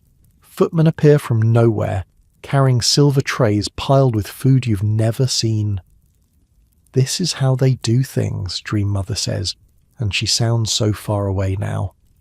They make the best of what they have too. They just have more. You wake to the sound of rain on the window. Grey light. Early morning. The household already stirring below. Annie is sitting on her bed, brushing her hair. Storm came through around 4, she says. Knocked down a tree in the west garden. The gardeners are going mad. A tree down. More work for someone. More problems to solve before the family notices. What time is it? 5:30. Bell will ring soon. You get up, wash, dress. The routine is automatic now. Your body knows what to do without your mind getting involved. Downstairs, the servants' hall is buzzing with quiet tension. The storm has disrupted everything. Water got into the conservatory through a cracked window. The driveway is flooded in places, and the luncheon planned for the terrace will have to move indoors. Brennan, Mrs. Whitmore says, finding you in the chaos. You're on conservatory duty today. Help the gardeners clean up the water damage. The conservatory is worse than Annie described. Inches of water on the floor. Orchids knocked over. A palm tree, ancient and imported from somewhere tropical, lying on its side like a fallen soldier. You work alongside 2 gardeners whose names you don't know, mopping, baling, writing plants. The water is cold and your uniform is soaked within minutes, but there's no time to change. By 10 o'clock the worst is cleaned up. The palm tree is saved. The orchids are replanted. The cracked window is boarded up temporarily, waiting for a glazier from the village. Good work, one of the gardeners says to you.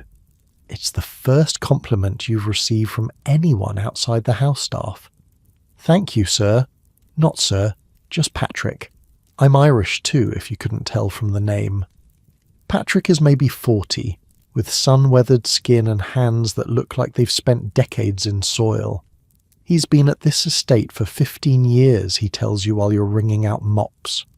Started as a hall boy. Hated being indoors. Asked to transfer to the gardens and never looked back. Do you like it better? Outside? He considers the question seriously. I like growing things. Seeing something start as a seed and turn into something beautiful. That's satisfying in a way that polishing silver never was. But you're still a servant. Still a servant, he agrees. But out here I can pretend I'm not. The gardens don't know who owns them. They just grow. The gardens don't know who owns them. You think about that as you finish cleaning the conservatory. The roses don't care about social hierarchies. The hedges don't understand old money and new money. They just exist. They just bloom. Maybe there's a kind of freedom in that. A small freedom, but real. By noon, you're back in your regular uniform, back to regular duties. The storm feels like a distant memory. The house has absorbed the crisis and moved on, the same way it absorbs everything.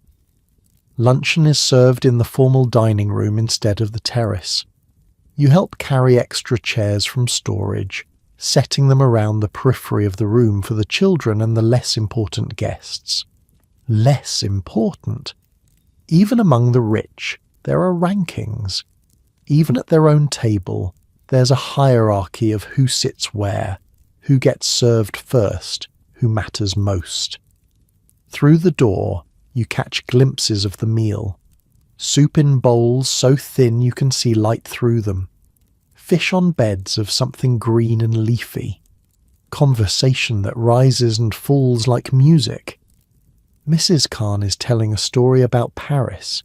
Something about a sculptor she met at a salon. He was absolutely penniless, she says, but his work was extraordinary. Otto bought 3 pieces on the spot. Always collecting, Mr. Harrington says. Artists, musicians, actors. Quite the zoo, as your wife says. There's something pointed in his tone, something that makes the table go quiet for just a moment. I collect what interests me, Charles. Mr. Khan's voice is mild, but you can hear the steel underneath. That's the privilege of building your own fortune. You get to decide what matters. Building your own fortune, as opposed to inheriting it. The difference matters here in ways you're only beginning to understand. Old money looks down on new money. New money resents old money.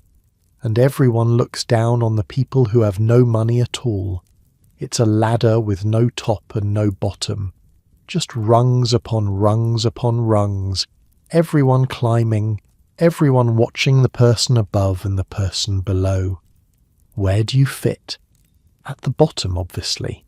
So far down you're practically underground. But at least from down here, you can see the whole structure. See how absurd it is, how fragile. The soup bowls are cleared. The fish arrives.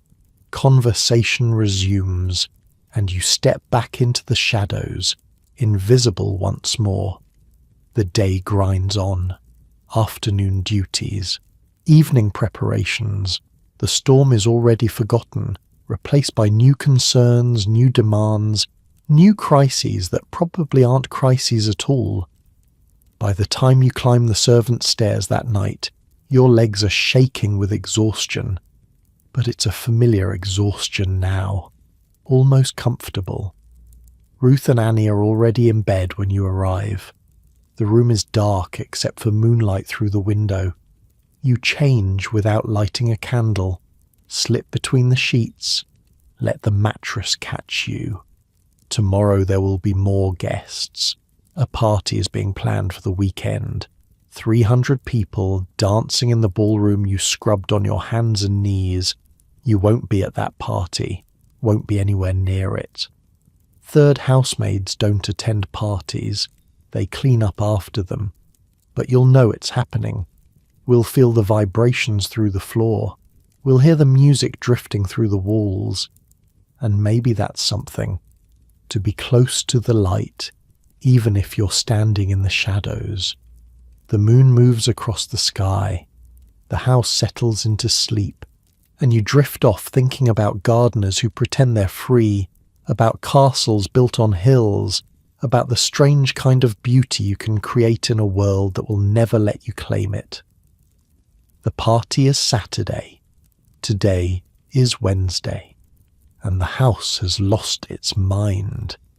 You wake to shouting, actual shouting, which never happens in a well-run household. Mrs. Whitmore's voice, sharp enough to cut glass, echoing up through the servants' stairs. The ice delivery is wrong. 40 blocks instead of 400. Find me Thompson. Find me Thompson now. 40 blocks instead of 400. Someone's getting fired, or worse, promoted to a job where they can't do any more damage. By the time you reach the servants' hall, chaos has fully taken hold. Kitchen maids are running in every direction. Footmen are carrying crates of champagne that seem to have materialized from nowhere. Someone has knocked over a bucket of cleaning solution, and the smell of ammonia is making your eyes water. "Brennan!" Sarah appears at your elbow, her face flushed. "You're on silver today, polishing. The main dining set needs to be ready by Friday." The main dining set. 300 pieces, knives, forks, spoons, serving dishes. The whole lot hasn't been used since the Vanderbilts came for Christmas. It's tarnished black. 300 pieces. Your hands ache just thinking about it. The silver vault is in the basement behind a locked door that only Mr. Jennings has the key to. He opens it for you and Sarah without a word, then disappears back into the chaos. Inside, the vault looks like a dragon's hoard. Silver everywhere, stacked on shelves from floor to ceiling. Candlesticks and platters and tureens and things you don't even have names for. All of it dark with tarnish, layered with years of neglect. "Start with the flatware," Sarah says, handing you a jar of polish and a soft cloth. "Work from dullest to shiniest. Don't miss the tines of the forks," Mrs. Whitmore checks. You sit on a wooden stool and begin. The polish smells like rotten eggs. It stains your fingers grey within minutes. But there's something meditative about the work. Take a knife, apply polish, rub in circles, wipe clean. Watch the silver emerge from the darkness like something being born. One knife becomes 10, 10 becomes 50. Your arm burns, your fingers cramp. But the pile of shining silver grows, and there's satisfaction in that. Sarah works beside you in silence. She's faster than you'll ever be, her hands moving with the efficiency of long practice. But even she pauses sometimes, flexing her fingers, wincing at some invisible pain. "How many parties have you done?" you ask her. Lost count. Dozens, maybe. The Harringtons throw one almost every weekend during season, but this one's different. "How?" 300 guests. Usually it's maybe 100, 150. This is something else. Mrs. Harrington is trying to outdo the Carnes, if you ask me. Outdo the Carnes, who throw parties for 500 guests in a ballroom with 39 fireplaces.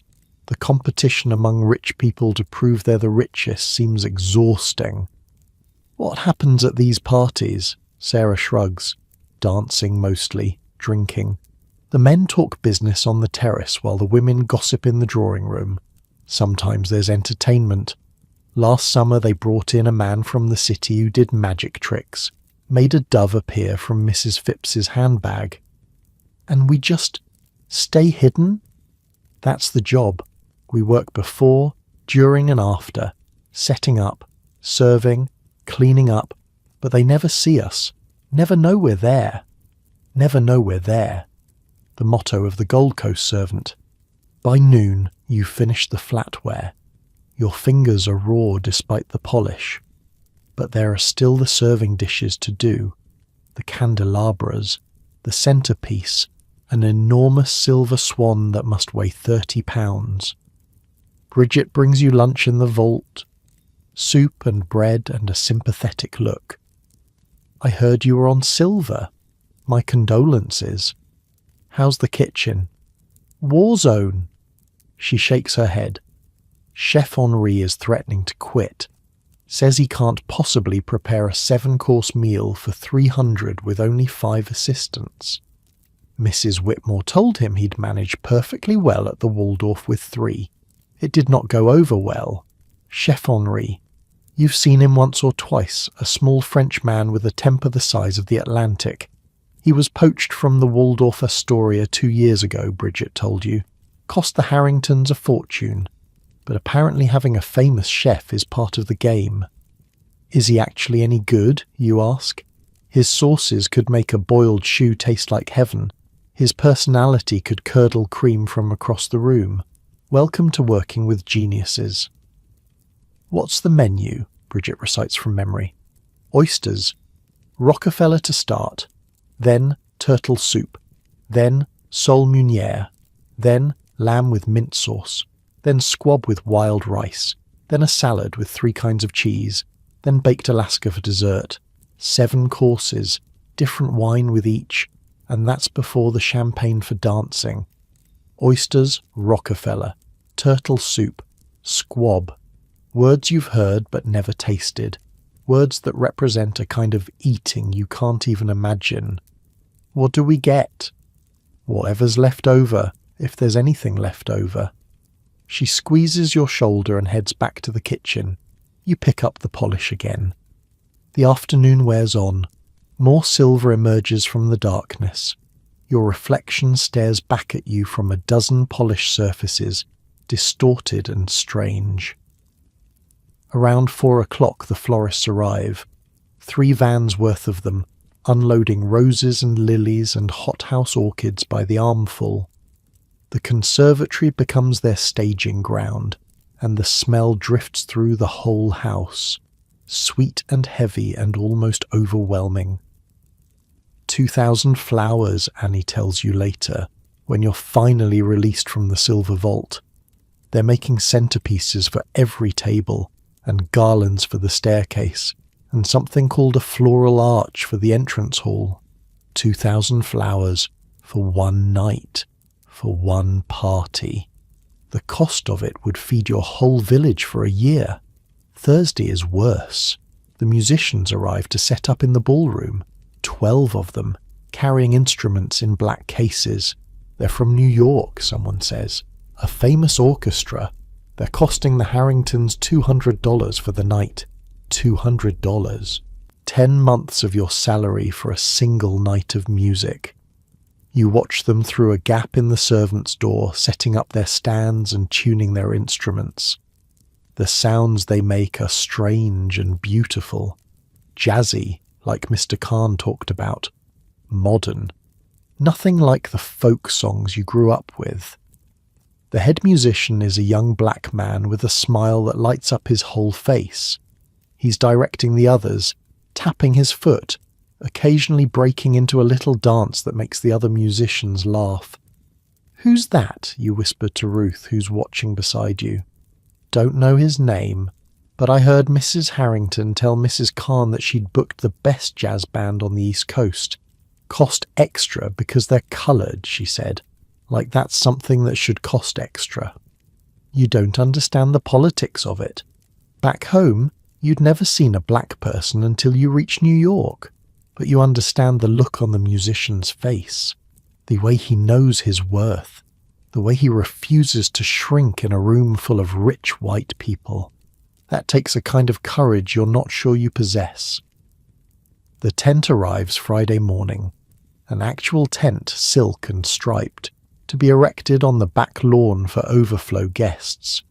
It takes 12 men 4 hours to raise it, and when it's finished, it looks like something from a fairy tale, a palace of fabric and light.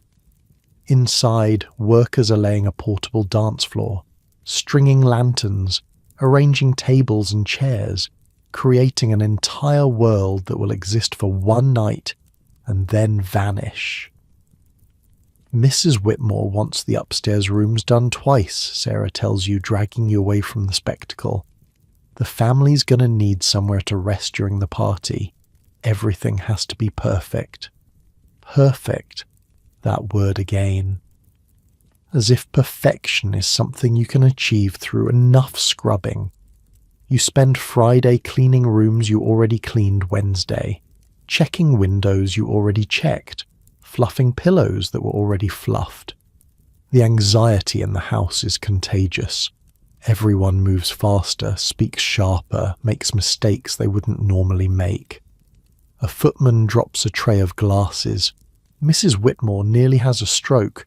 Chef Henri actually does quit briefly, but is talked back by Mr. Jennings and the promise of a bonus. By Friday evening, you're running on 4 hours of sleep over 2 days. Your eyes feel like sand. Your hands shake when you're not holding something. But the house is ready. The ballroom gleams. The silver shines. The flowers perfume every corner. The tent glows on the back lawn like a lantern. The musicians have rehearsed. The kitchen is stocked. 300 bottles of champagne wait in the ice that finally arrived. All 400 blocks of it. Mrs. Whitmore gathers the staff in the servants' hall for final instructions. Tomorrow will be the most important night this household has seen in years. I expect nothing less than absolute professionalism from every one of you. Any mistakes will be dealt with severely. Any absences will result in immediate dismissal. Is that clear? "Yes, ma'am," comes the chorus. "Very well, get some sleep, you'll need it." Sleep. As if sleep is possible after a week like this. You climb the stairs to your room on legs that feel like wood. Ruth is already in bed, face down, not even under the covers. Annie is staring at the ceiling with the 1,000-yard gaze of someone who's seen too much. "Did you hear?" Annie says. The Vanderbilts are coming. The actual Vanderbilts. William Vanderbilt himself from Eagle's Nest. The Vanderbilts. A name even you know. Railroads. Shipping. More money than God. And that's not all. Someone said President Coolidge might show up. Mrs. Whitmore thinks it's just a rumour, but she's got extra security posted just in case. The President of the United States, at a party in Long Island. It sounds like something from a novel. You lie on your bed without bothering to undress. The ceiling above you is cracked in one corner. You've counted the lines 100 times. They look like rivers on a map. Tomorrow, 300 of the richest people in America will dance beneath crystal chandeliers and drink champagne that costs more than your yearly wage. They'll eat 7 courses prepared by a French chef and listen to the best jazz band on the East Coast. And you'll be there, unseen, essential, forgotten. The thought should make you angry. Maybe it does, somewhere deep down. But mostly you're just tired. Too tired for anger. Too tired for anything but the slow slide toward unconsciousness. Outside the night is warm. You can smell the flowers from here, even through the closed window. 2,000 blooms, breathing their sweetness into the darkness. Tomorrow, everything happens tomorrow. You close your eyes, and despite everything, despite the exhaustion and the ache in muscles and the nervous flutter in your chest, you feel something that might be excitement. You've never seen a party like this, never even imagined one. Back home, a party was a fiddle and some poutine in someone's barn, dancing until your feet hurt and then dancing some more. This will be something else entirely, something you'll tell your grandchildren about if you ever have grandchildren. The night the Vanderbilts came, the night the president might have showed up, the night 300 of the richest people in the world danced in a house you helped prepare. You won't be at the party, but you'll be there. And maybe that's something. Maybe that's enough. The house settles around you, quieter than it's been all week, catching its breath before the storm. Tomorrow the machine kicks into its highest gear. Tonight you rest. Your breathing slows. Your muscles unclench. The tension of the week begins to drain away, leaving only a kind of empty peace. In the ballroom the chandeliers hang ready. In the kitchen the ovens are prepped.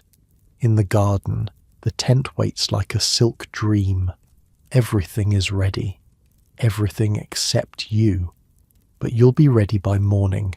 You always are. Because that's what servants do. They endure. They adapt. They become whatever the moment requires. And tomorrow, the moment requires a miracle. You'll be part of that miracle. A small part. A hidden part. But still, a part. You sleep. And somewhere in the depths of the house, a clock strikes midnight, and Saturday begins. But sleep doesn't come easy. Your mind keeps turning over the details of the past week, cataloguing everything that could go wrong tomorrow. The ice could melt, the flowers could wilt, the soufflé could collapse, a guest could get drunk and break something priceless, a servant could trip and spill champagne on a Vanderbilt. So many ways for disaster, so many fragile pieces that all have to work together.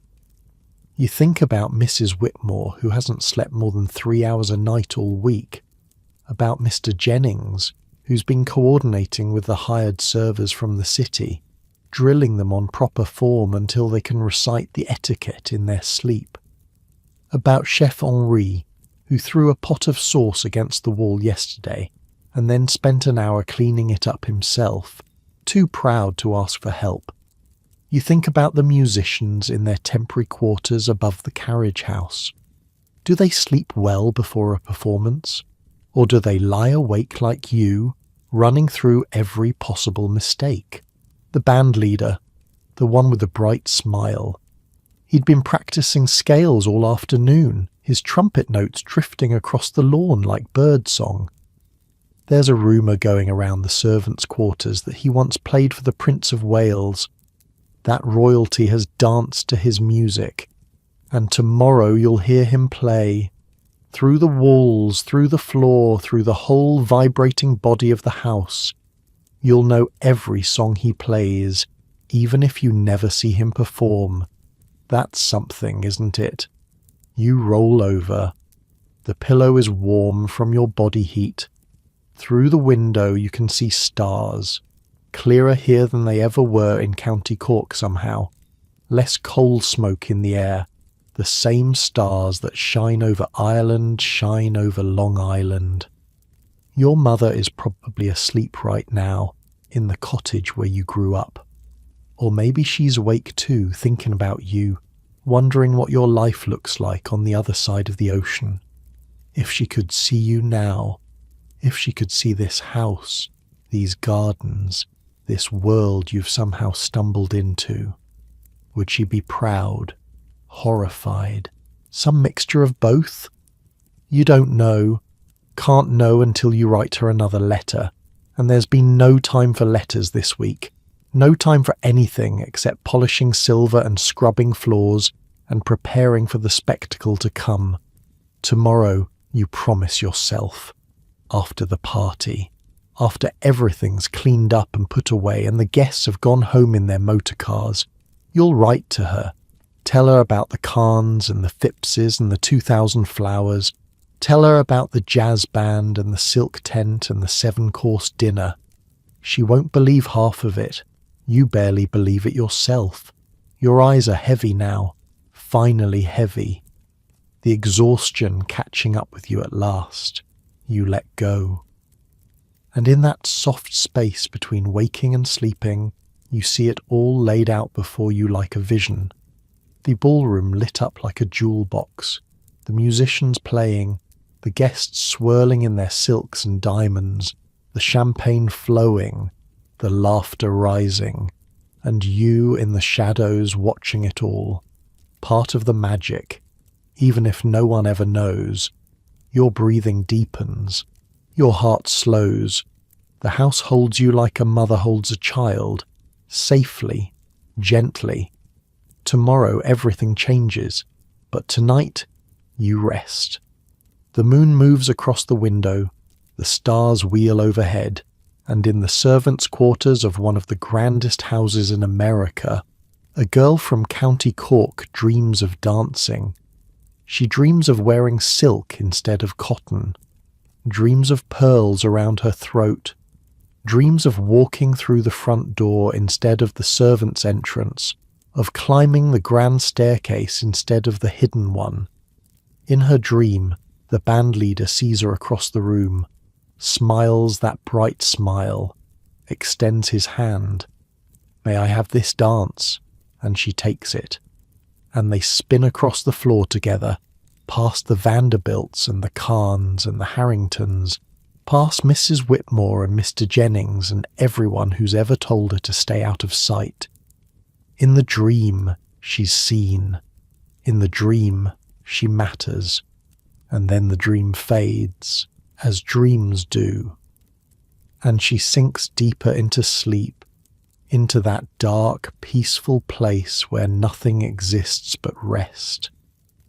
The clock ticks on, the party waits, and the night passes, minute by minute, hour by hour, carrying her gently toward the dawn. Saturday arrives like a held breath finally released. You're up before the bell, before the sun even, lying in your bed staring at the ceiling, listening to the house wake around you. Footsteps in the corridor, doors opening and closing, the distant clatter of pots in the kitchen, 4 floors below. Chef Henri never went to bed. Someone will tell you later. He spent the whole night preparing sauces, perfecting garnishes, turning food into art. You wash and dress in the dark, moving quietly so you don't wake Annie and Ruth. But they're already stirring. Everyone's already stirring. The whole house is electric with anticipation. The servants' hall is standing room only by 5:30. Every member of staff, indoor and outdoor, hired and permanent, crammed into the basement room for Mrs. Whitmore's final briefing. "Today is the day," she says, and her voice carries that particular weight that makes even the most seasoned servant stand straighter. "Everything we've worked for comes down to the next 16 hours. I expect excellence. I expect invisibility. I expect you to represent this household as if your lives depend on it." Because in a way, they do. A bad reference from the Harringtons would follow you forever. Would close doors before you even knew they existed. "Positions," Mrs. Whitmore says. "Now." The day begins. Your assignment is the family bedrooms. Keep them perfect throughout the party. Empty any chamber pots. Refresh any water. Make sure the candles stay lit. The family and their closest guests may retreat upstairs at any point, and everything must be immaculate. It sounds simple. It won't be. By noon, the first motorcars are appearing on the horizon. The drive fills with black vehicles gleaming in the summer sun, disgorging passengers in silk and satin and more jewellery than you've ever seen in one place. You watch from the third-floor window, the same place you watch the Khans arrive. But this is different. This is a flood. Car after car after car, chauffeurs in matching uniforms, footmen rushing to open doors and collect luggage, ladies stepping carefully onto the gravel in shoes that probably cost more than your passage to America. And the names. You hear them whispered through the servants' network, passed from maid to footman to kitchen boy. The Astors are here, the Morgans, the Rockefellers, the Whitneys, and yes, the Vanderbilts. William K. Vanderbilt II himself, arriving in a motor car that looks like something from a museum. He's smaller than you imagined. Quiet. His wife Rosamond is the one who commands attention, sweeping up the steps in a gown that catches the light like liquid gold. From your window, you can see the back lawn too, the silk tent glowing in the afternoon sun. Servants arranging final details, the orchestra setting up on a temporary stage, the band leader in his white jacket testing his trumpet with quick, bright notes. "Brennan," Sarah appears at your elbow. "Miss Eleanor needs her room freshened. She's changing for the evening."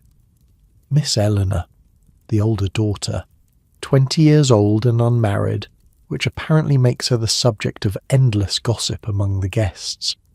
You've heard whispers about an engagement that fell through, a scandal of some kind, but nobody tells third housemaids the real stories. You slip through the servant's door into Miss Eleanor's dressing room. She's there, standing before her mirror in a silk robe, while a lady's maid fastens pearls around her throat. You freeze. You're not supposed to be seen. But Miss Eleanor barely glances at you. Her eyes are focused on her own reflection, searching for something. Imperfection, maybe, or hope. "The blue dress," she says to her maid. "Not the silver. Mother will hate it, but I don't care." "Yes, miss." You move silently to the washstand, replace the water, check the towels.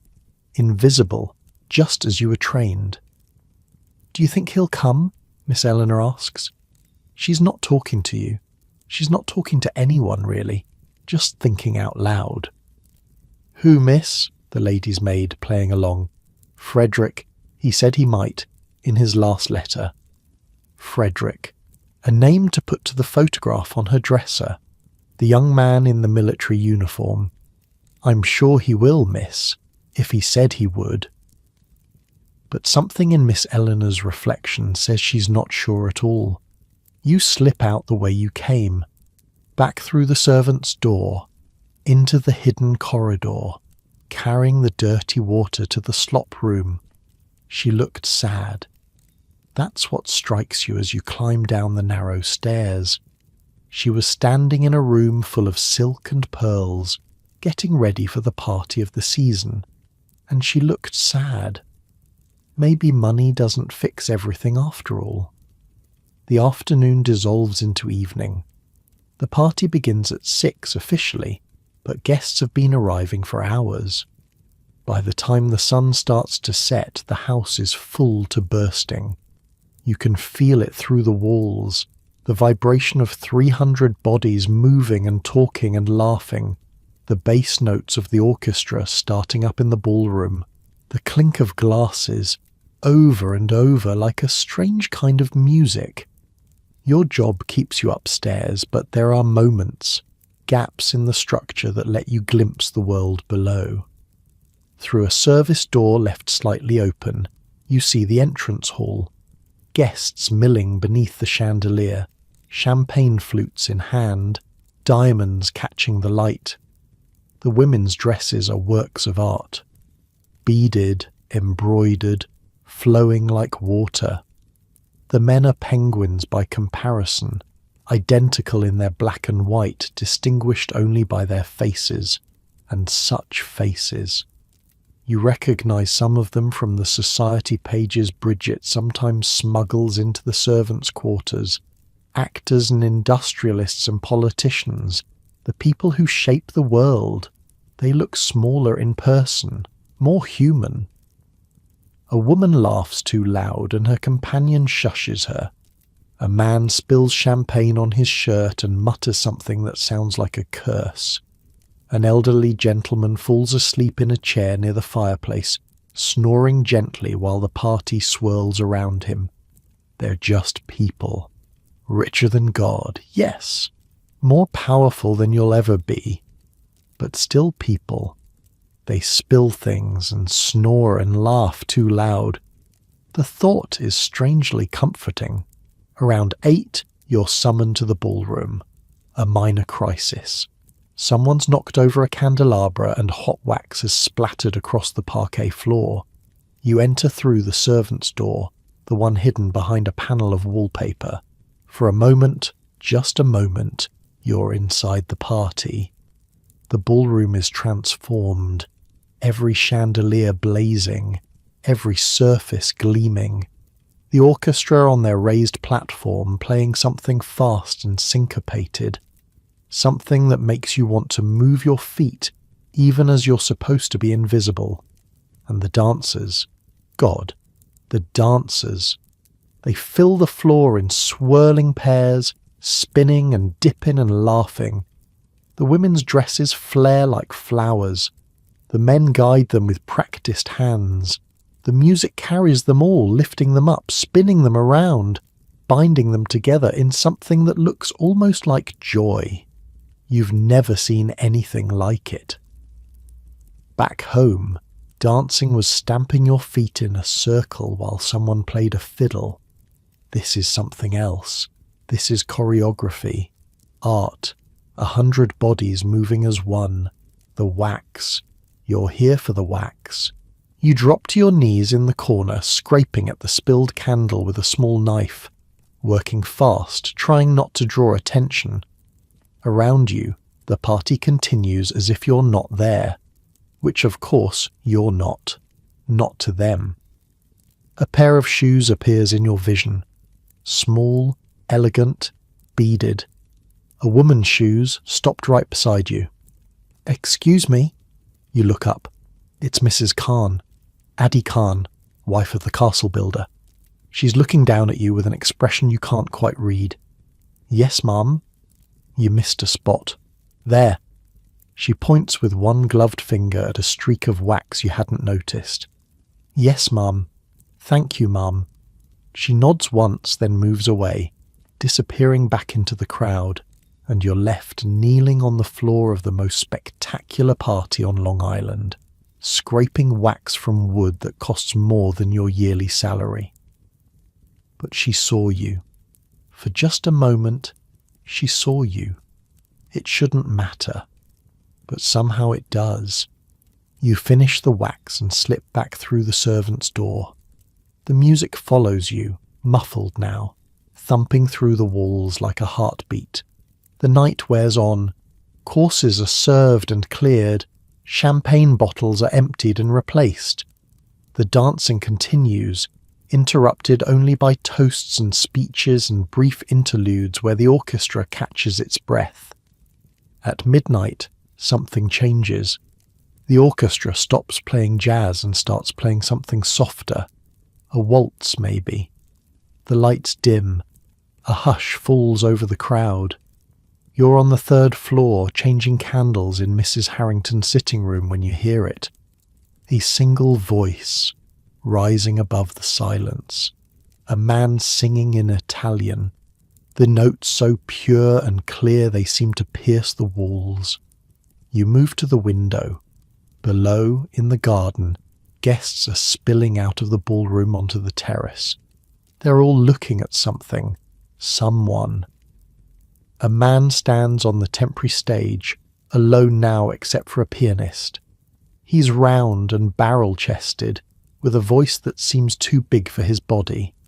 Each note hangs in the summer air like something solid, something you could touch. Caruso, someone whispers. You don't know who. Another servant maybe, watching from another window. Enrico Caruso, the most famous tenor in the world, singing in the garden of a house on Long Island while 300 of the richest people in America stand in breathless silence. He sings for maybe 10 minutes, maybe 15. You lose track of time, lost in the music, in the impossible beauty of a human voice doing things you didn't know voices could do. When he finishes, the applause is like thunder. It rolls across the lawn, echoes off the walls, rises up to where you're standing at your window, and for just a moment you feel like part of it, like you're applauding too, even though your hands are full of dirty candle stubs. The party continues after that, but something has shifted. The energy is different, quieter. People drift in small groups, talking softly, as if they're still under the spell of the music. By 2 a.m, the guests start to leave, not all at once, in waves. The oldest first, helped into their motor cars by tired footmen. Then the middle-aged, making polite excuses. Then finally the young, who dance until there's no one left to dance with. Miss Eleanor is among the last to retire. You see her climbing the grand staircase, still in her blue dress, alone. No Frederick at her side. He didn't come. Whoever he was, whatever he meant to her, he didn't come. She looks beautiful and broken in the light of the dying candles, like something from one of those novels on her nightstand. A heroine at the end of her story. But her story isn't over. None of their stories are over. They'll wake up tomorrow with headaches and memories, and the whole machine will start turning again. The clean-up begins before the last guest has left. Servants appear from every corner of the house, collecting glasses and emptying ashtrays and restoring order to chaos. You work until dawn, until the sun rises over Long Island Sound and paints the sky pink and gold, until the ballroom is empty and clean and silent again, waiting for the next party. By the time you climb the stairs to your room, your body has stopped sending pain signals. Everything is just numb, a distant kind of exhaustion that feels almost peaceful. Annie and Ruth are already asleep, still in their uniforms, collapsed on their beds like soldiers after battle. You should change, should wash, should do all the things a proper person does before sleeping, but you can't. You don't have the strength. You fall onto your bed still dressed. The mattress catches you. The pillow accepts your head. And as you drift toward unconsciousness, you hear music. Not the orchestra, not Caruso. Something softer, closer. Someone is humming in the corridor. One of the maids, maybe, finishing a final task. The melody is familiar. One of the jazz songs from earlier, transformed into something gentle. A lullaby version of a party song. You close your eyes. The party is over. The guests are gone. The house is quiet except for that humming, fading now as the maid moves away, leaving only silence. But in your memory, the dancers still spin. The champagne still flows. Caruso still sings under the summer stars.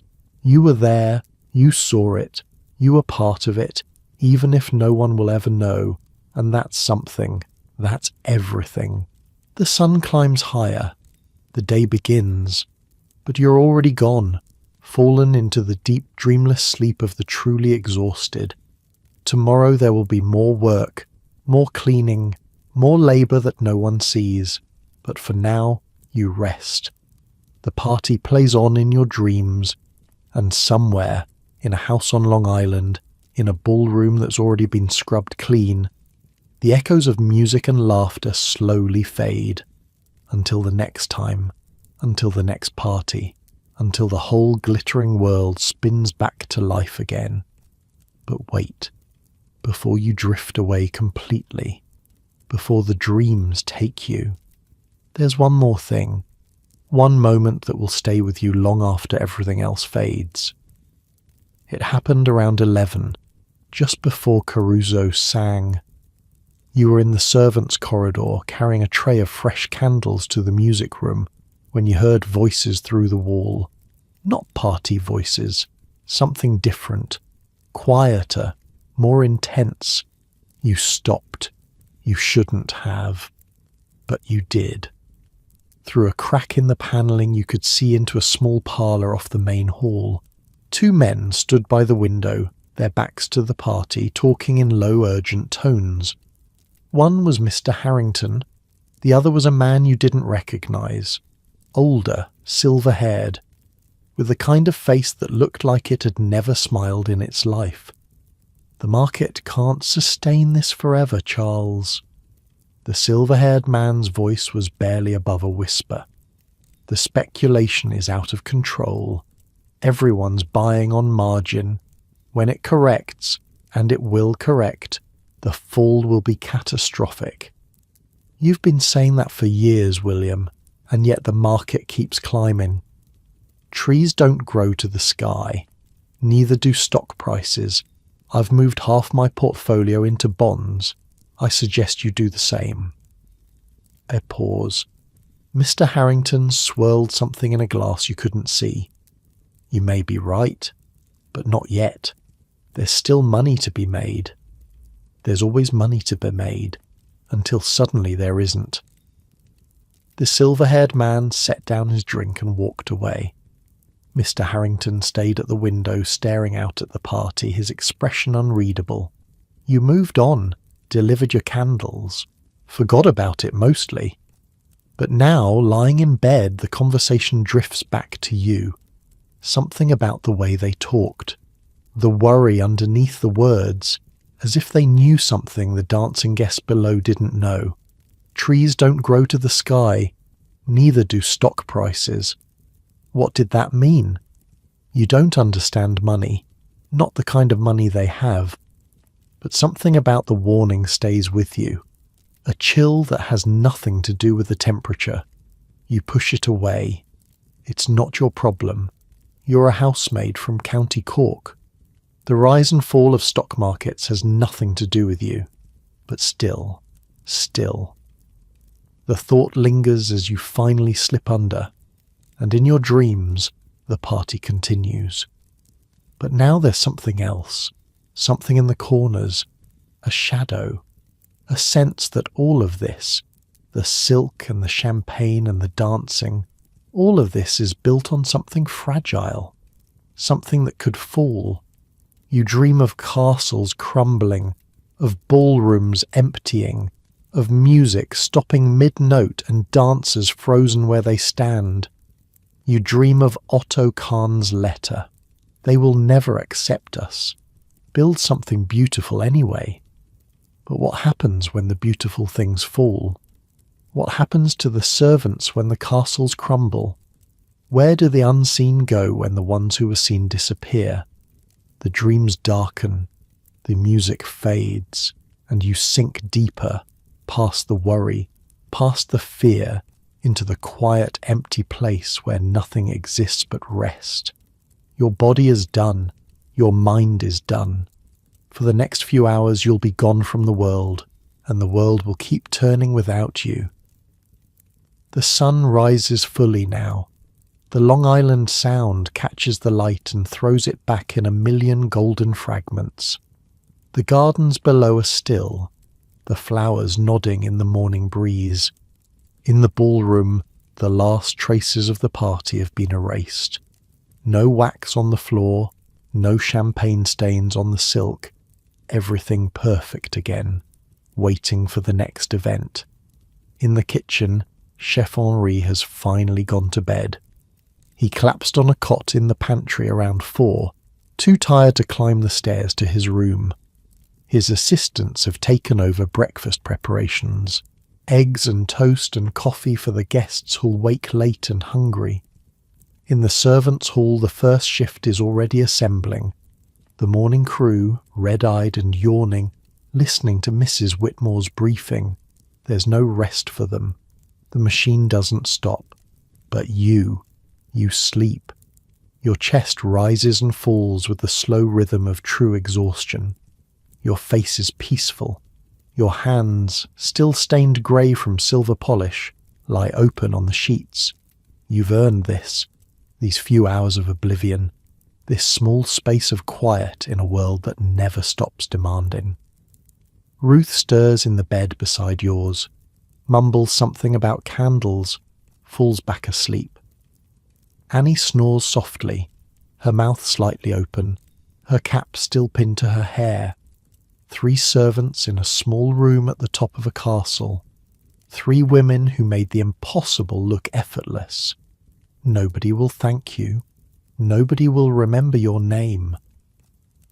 When people talk about this party, years from now, they'll remember Caruso singing under the stars. They'll remember the Vanderbilts and the champagne and the dancing. They won't remember the girl who scraped wax from the floor. But you were there. You made it happen, and somewhere, in some record that matters, that counts for something. The morning passes, the sun climbs higher, the house begins to wake. Soon, someone will come to rouse you. Soon, you'll have to rise again, wash again, dress again, begin again. But not yet. For now, you rest.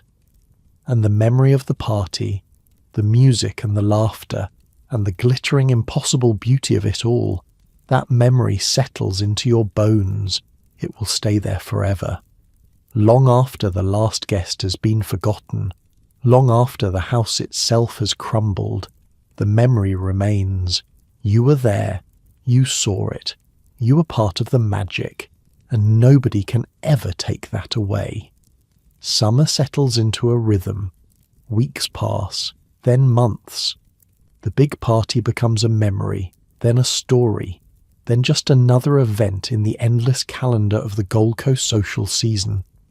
There are more parties, of course, smaller ones, dinners for 20, luncheons on the terrace, a garden party where the guests played croquet and drank lemonade that cost more per glass than you earn in a day. But nothing quite matches that first one. Nothing quite captures the same impossible magic. And slowly, without quite noticing when it happened, you stop being the new girl. Other maids arrive, fresh off boats from Ireland and Germany and Sweden, wide-eyed and overwhelmed, just like you were 3 months ago. You show them where the coal scuttles are, teach them how to light a fire without smothering it. Pass on the knowledge Sarah passed to you. You'll get faster, you tell them. The same words you once hated to hear.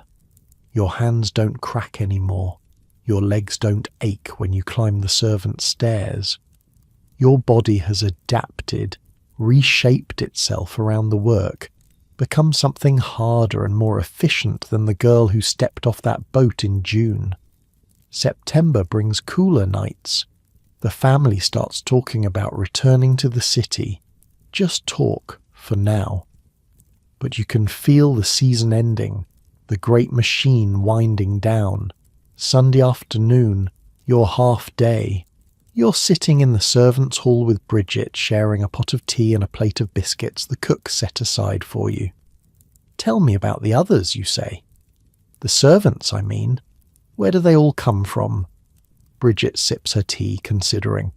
All over. Annie's from Dublin. Ruth's from a farm in Pennsylvania, believe it or not. American-born, but poor as any of us. Sarah's been in service since she was 12. Started as a scullery maid in some house in Boston, worked her way up. And Mrs. Whitmore? English. Came over with a family 30 years ago. The family went bust in some financial panic, lost everything. But she'd learned how to run a house by then, so she found work with other families. Been here since the Harringtons built the place. 30 years. A lifetime spent in service. You try to imagine yourself at Mrs. Whitmore's age, still climbing these stairs, still checking uniforms in the servants' hall. The thought makes you tired. Do people ever leave? Course they do. Girls get married mostly, find a footman or a chauffeur and settle down. Some save enough to open a boarding house or a little shop. A few go back home, if they got anything to go back to. What about you? Bridget smiles, but there's something sad at the edges. I've got a fellow, Michael, works as a chauffeur for the Phippses. We're saving up. Another year or two, we'll have enough to get married proper. Maybe open a restaurant. He wants to be a cook, can you believe it? A man who wants to cook. A fellow? You hadn't known. Bridget keeps her secrets close. That's wonderful. It is. She takes another biscuit. But what about you, Mary Catherine? Any plans beyond scrubbing floors for the Harringtons? You don't have an answer. Not really. When you left Ireland, your only plan was to survive, to earn enough money to help your family, to not starve, not freeze, not end up on the streets. You've done that. You're doing that. But what comes next? I don't know, you admit. I haven't thought that far ahead. You should. This life, it's fine for a while, but it wears you down. The smart ones get out before it takes everything. Before it takes everything. You think about Mrs. Whitmore with her grey hair and her grey eyes and her devotion to a family that barely knows she exists. Is that what happens if you stay too long? The tea grows cold. The afternoon light slants through the basement windows. Somewhere above, the family is doing whatever rich people do on Sunday afternoons. Napping, probably. Reading. Being bored in expensive rooms. Come on, Bridget says, standing. I want to show you something. She leads you through the servants' corridors, past the kitchen and the laundry and the boot room, through a door you've never noticed, down a narrow flight of stairs, into the bowels of the house. Where are we going? You'll see. The passage ends at another door, this one heavier, reinforced with metal. Bridget pulls it open, and you step into a room that makes you stop and stare. It's a bar, an actual bar, right here in the basement of the house. Bottles line the walls. A wooden counter stretches across one end. Tables and chairs are scattered around the space, and the whole room is lit by candles that cast dancing shadows across the ceiling. The speakeasy, Bridget says, grinning at your expression. Mr. Harrington's father had it built right before Prohibition started.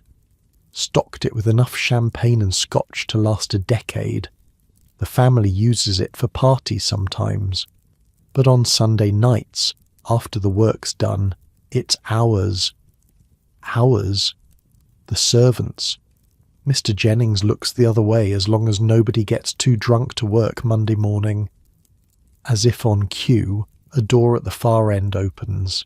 Patrick the gardener walks in, followed by 2 footmen and one of the kitchen maids. They wave at Bridget like this is the most normal thing in the world. Mary, good to see you. Patrick pulls out a chair. First time down here? First time. Then let me buy you a drink. Well, not buy exactly, but you know what I mean. He pours something amber from a bottle that looks older than your grandmother. The liquid catches the candlelight, glowing like captured fire. Scotch, he says, the good stuff. Mr. Harrington's father had excellent taste. You take a sip. It burns all the way down, then blooms into warmth in your chest. You've had whiskey before, cheap poteen at wakes and weddings back home. This is something else entirely. Smooth, complex, like drinking a sunset. It's good. It's 50 years old, worth more than we'll ever make. The room fills slowly, other servants drifting in as their duties end. Someone produces a fiddle. Someone else starts singing. The music is familiar. Irish, with a bit of American thrown in. The kind of songs you grew up with, transformed by the journey across the ocean. For the first time since you arrived, you feel like you're among family. These are your people, the unseen ones, the ones who keep the castles running while the kings and queens dance overhead. They come from different countries, speak with different accents, worship different gods. But they all understand the same things. The weight of a coal scuttle after 4 flights of stairs, the fear of breaking something priceless, the strange pride of a job done well for people who will never thank you. Patrick tells a story about a duchess he once served who demanded fresh flowers in her bedroom every 3 hours. Another servant tops him with a tale of a millionaire who made his butler taste all his food for poison.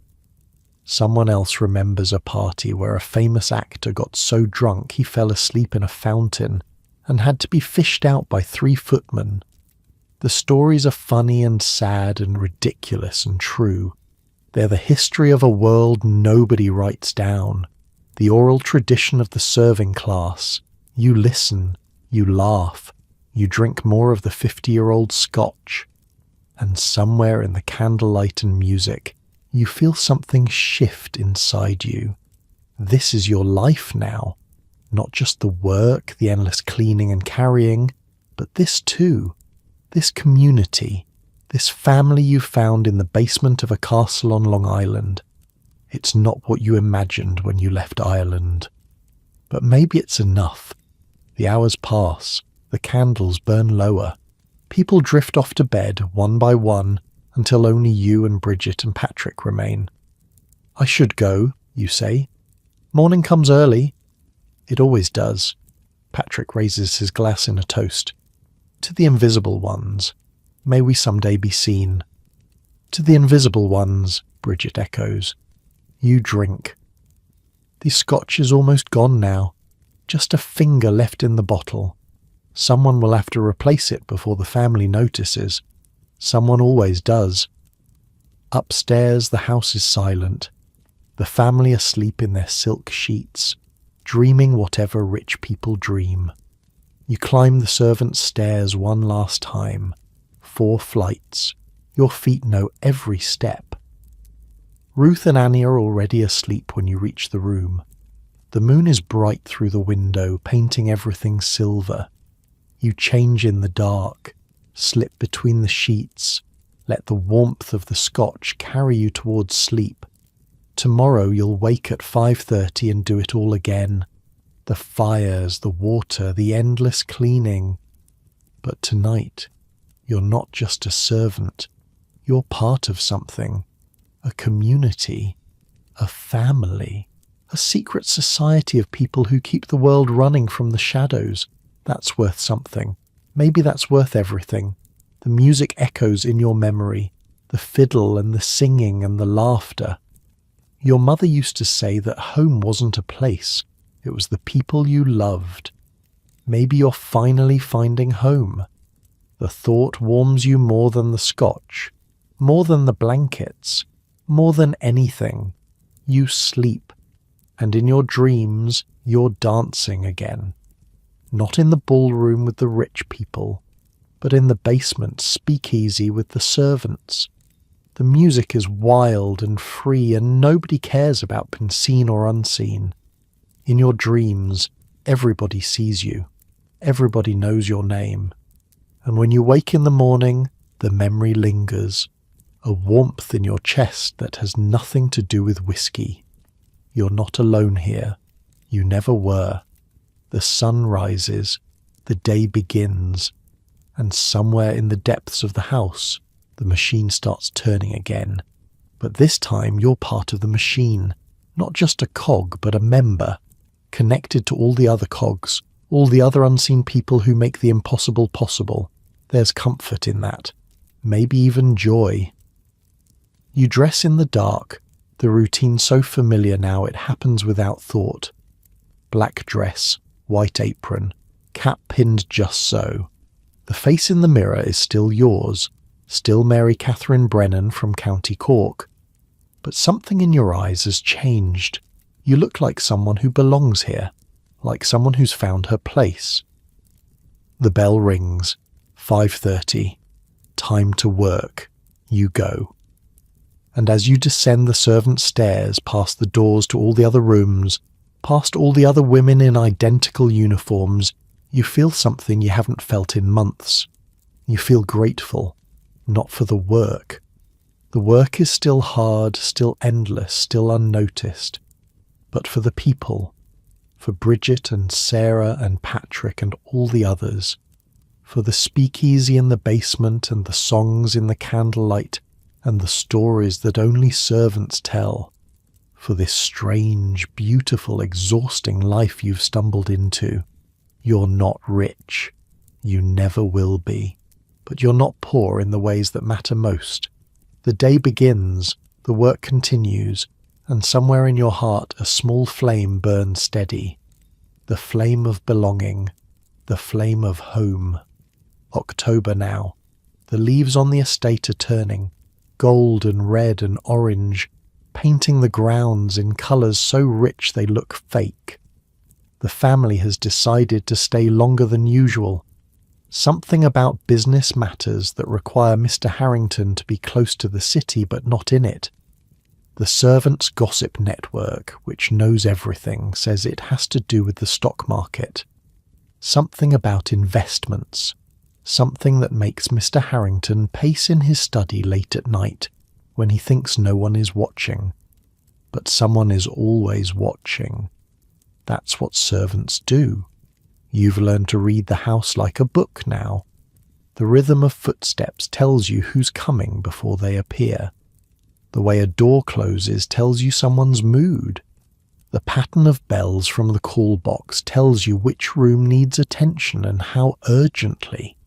It's a language, a silent language that only servants speak, and you've become fluent. One evening after dinner service you find yourself in the library, not cleaning, just looking. The family is at a neighbour's house for the night, and Mr. Jennings has given permission for the housemaids to take a break. The library is your favourite room. Books floor to ceiling, most of them never touched. A rolling ladder that lets you reach the higher shelves. A fireplace big enough to stand in, carved with figures from Greek mythology. You don't know Greek mythology, don't know most of what these books contain, but you like being here, like the smell of leather and old paper, like the feeling of being surrounded by knowledge, even if you can't access it. You read, don't you? You spin around. Miss Eleanor stands in the doorway still in her dinner dress, a glass of something in her hand. Yes, miss. When I can. I thought so. I've seen you looking at the shelves when you think no one's watching. Your face burns. You're not supposed to be here. Not supposed to be caught here. This is a fireable offence, surely. But Miss Eleanor just smiles. It's a tired smile, touched with something that might be loneliness. Don't worry, I won't tell anyone. I used to do the same thing when I was young.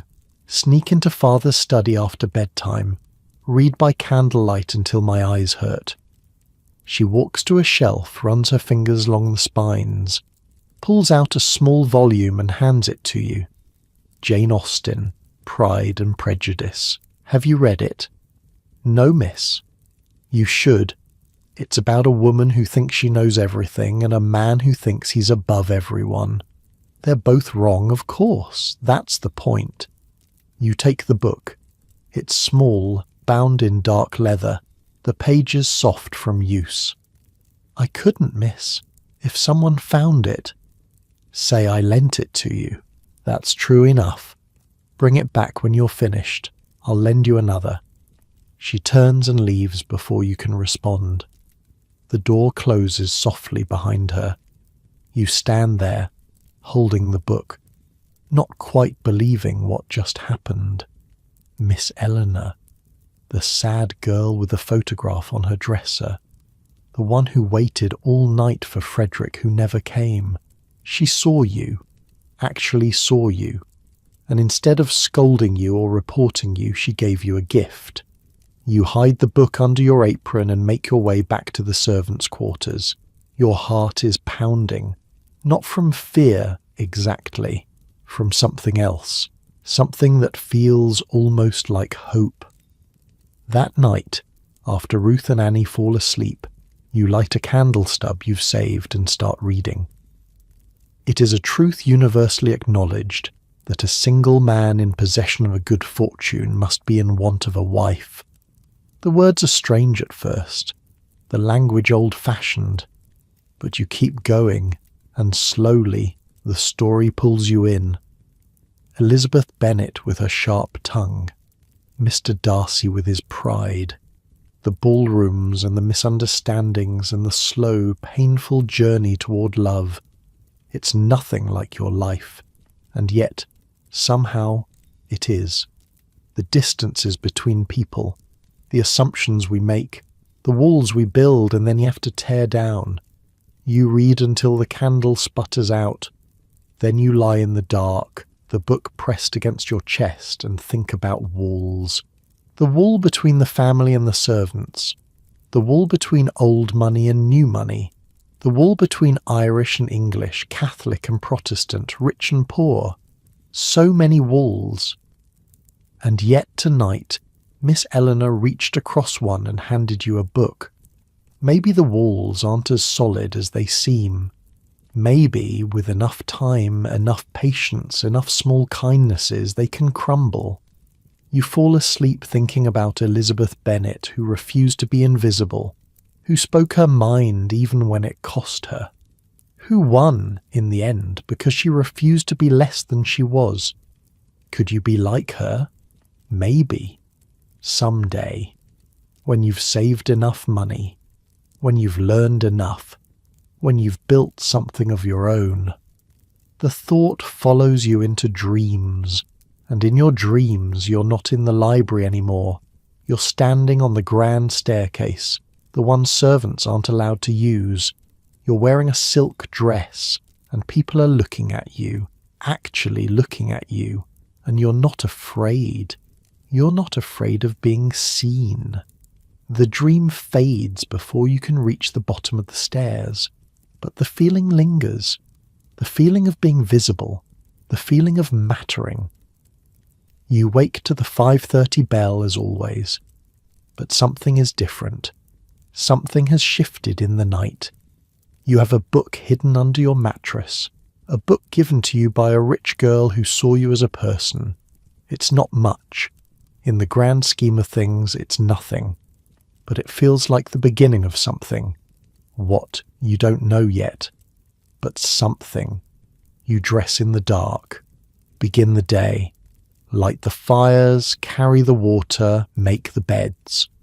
But all through the morning, as you move through the house like a ghost, you're thinking about Elizabeth Bennet, and about walls, and about what it might mean to refuse to be invisible. The days grow shorter, the nights grow colder, the season is ending, truly ending now. Soon the family will return to New York. The servants will close up the house, cover the furniture in sheets, shutter the windows against the winter. Some staff will travel with the family, Others will be let go until spring. A few, like Mrs. Whitmore and Mr.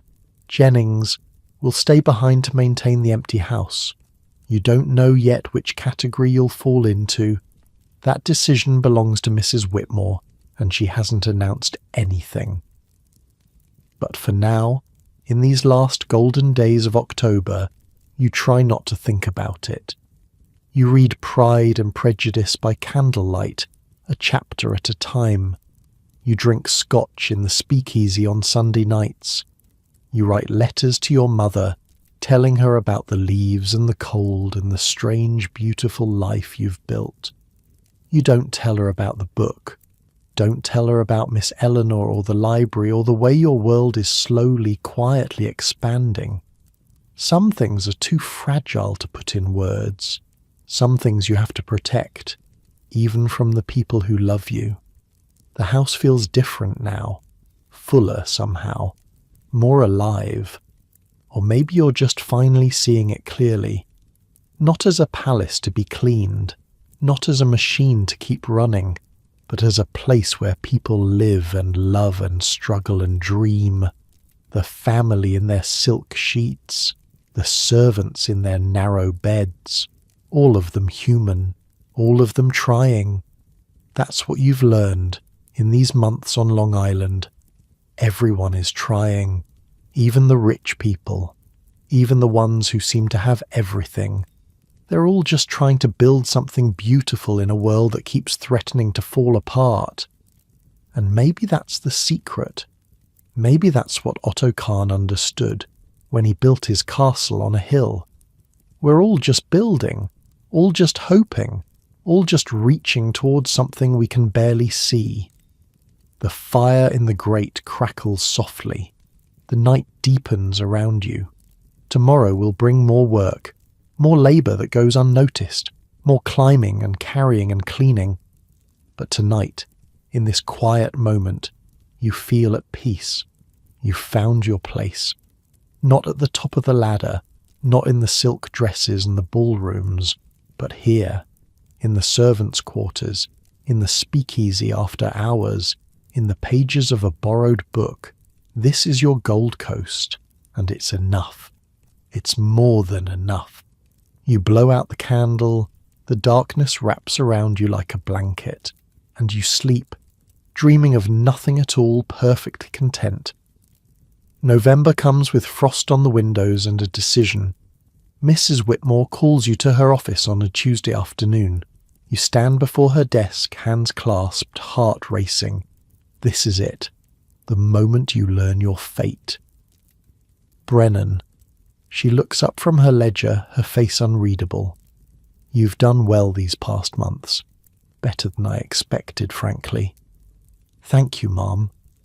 The family returns to New York next week. I've recommended that you travel with them. You'll continue your duties at the city house through the winter.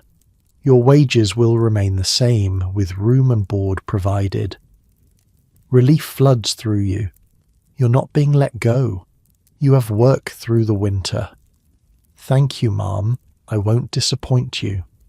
See that you don't.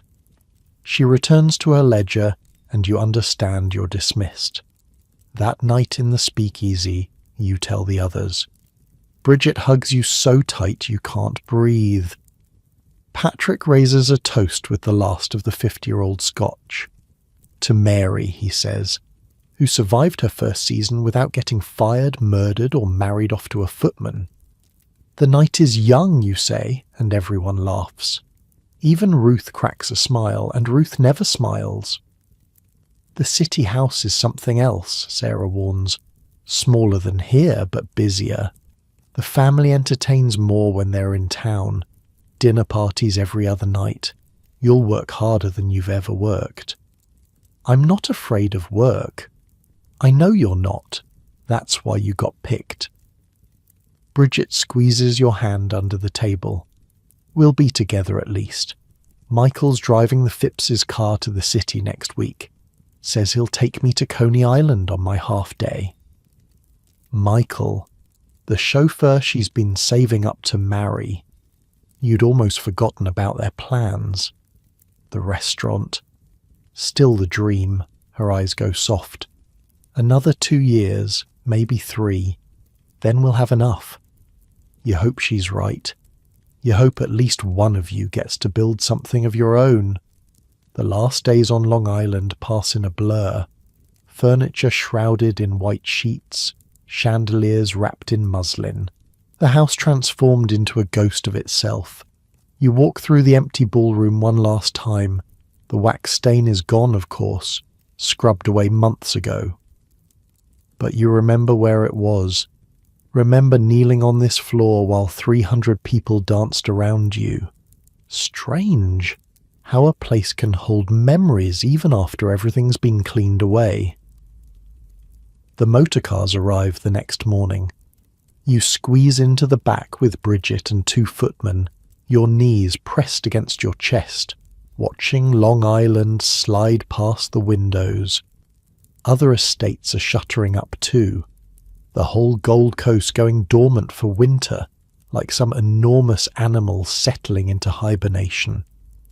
And then Manhattan rises on the horizon, and you forget everything else. The buildings. Good Lord, the buildings. They scrape the sky like something from a fever dream. You crane your neck until it hurts, trying to see the tops. First time? One of the footmen asks, grinning at your expression. That obvious? We all looked like that once. Don't worry, you get used to it. You don't think you'll ever get used to it. The city house is narrow. 5 stories of brownstone on the Upper East Side, squeezed between other narrow houses like books on a shelf. Your room is in the basement now, with 3 other maids, the window showing nothing but the legs of people walking past on the sidewalk. But there's a radiator. It clanks and hisses and keeps the room warm all night. After months in that drafty attic, it feels like heaven. Winter passes, then another and another. The years blur together in a way you didn't expect. Wasn't time supposed to slow down when you were young? Instead, it speeds up, each season melting into the next until you can't quite remember which year was which. You move up. 3rd housemaid to 2nd, 2nd to 1st. Your wages increase. You send more money home. Your mother writes that they've fixed the roof and bought a new cow. Your sister got married. Your brother joined the merchant marine. Life goes on, even across an ocean. And you change too. The calluses on your hands become permanent. The ache in your back becomes familiar. You learn to read the family's moods from the sound of their footsteps. Learn to anticipate what they'll need before they know they need it. You're good at this job, better than you ever expected to be. The Gold Coast summers become a rhythm, back and forth, city to country, year after year. The same rooms, the same duties, the familiar weight of coal scuttles and water pitchers. But the world outside is changing. You can feel it in the air, hear it in the conversations you're not supposed to be listening to. The parties get wilder, the dresses get shorter, the music gets louder. Jazz everywhere now, bleeding from every window, every phonograph. The Harrington's daughters dance the Charleston in the drawing room, and Mrs. Harrington pretends not to notice. Miss Eleanor gets engaged in the summer of 26, not to Frederick, whoever he was, to a banker's son from Boston. You help her pack for the wedding, folding silk and lace into tissue paper while she stares out the window. "Do you think we make our own choices, Mary?" she asks. She's never used your first name before, or do our families make them for us? You don't know how to answer. You've never had enough choices to know the difference. "I think we do the best we can," you say finally, "with what we're given." She smiles, but it doesn't reach her eyes. "Yes, I suppose that's all anyone can do." You never see her much after that. She moves to Boston, has children, becomes someone else's problem, someone else's mistress to serve. But sometimes, when you're dusting the library, you think about that question. About choices and families and the lives we build versus the lives we're handed. You still don't have an answer. Bridget marries Michael in 1928. A small ceremony at St. Patrick's, with you and Patrick and a handful of other servants as witnesses. She wears a white dress she saved 6 months to buy. He wears a borrowed suit that's slightly too big. They look so happy it almost hurts. Next year, she whispers to you at the reception. They're serving cake in the church basement, cheap and sweet. We've almost got enough. 1 more year and we'll open the restaurant. 1 more year. But 1 more year brings October 1929. You're back on Long Island, helping close up the house for winter. The radio in the servants' hall has been crackling with strange news all week. Numbers falling, markets plunging. Words you don't quite understand, but that make the older servants exchange worried looks. Then Thursday comes. The family emerges from the study looking like they've seen a ghost. Mr. Harrington's face is grey. Mrs. Harrington's hands are shaking. "The market has crashed," Sarah whispers. "Really crashed. They're saying fortunes are gone, just gone. Gone. How can a fortune be gone? It's not like it walked out the door." But over the next few weeks, you learn. You watch families across the Gold Coast crumble like sand castles at high tide. The Brightons let go their entire staff in November. 40 people, including 3 girls you'd gotten to know at church, suddenly out on the street with nothing. The Wentworths sell their estate to pay debts.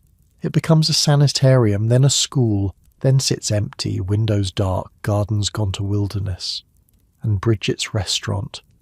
That dream dies somewhere in the wreckage. She never talks about it anymore. The money they'd saved is worthless now, eaten by a bank that failed in the crash. She and Michael keep working, keep serving, keep hoping things will get better. They don't. Not for a long time. The Harringtons survive, diminished but intact. The dinner parties shrink. The staff shrinks. The dresses Mrs. Harrington orders are less extravagant now, though still nicer than anything you'll ever own. Otto Kahn dies in 1934. You read about it in the newspaper, sitting in the servants' hall with your morning tea. The King of New York, the obituary calls him, a titan of finance and the arts.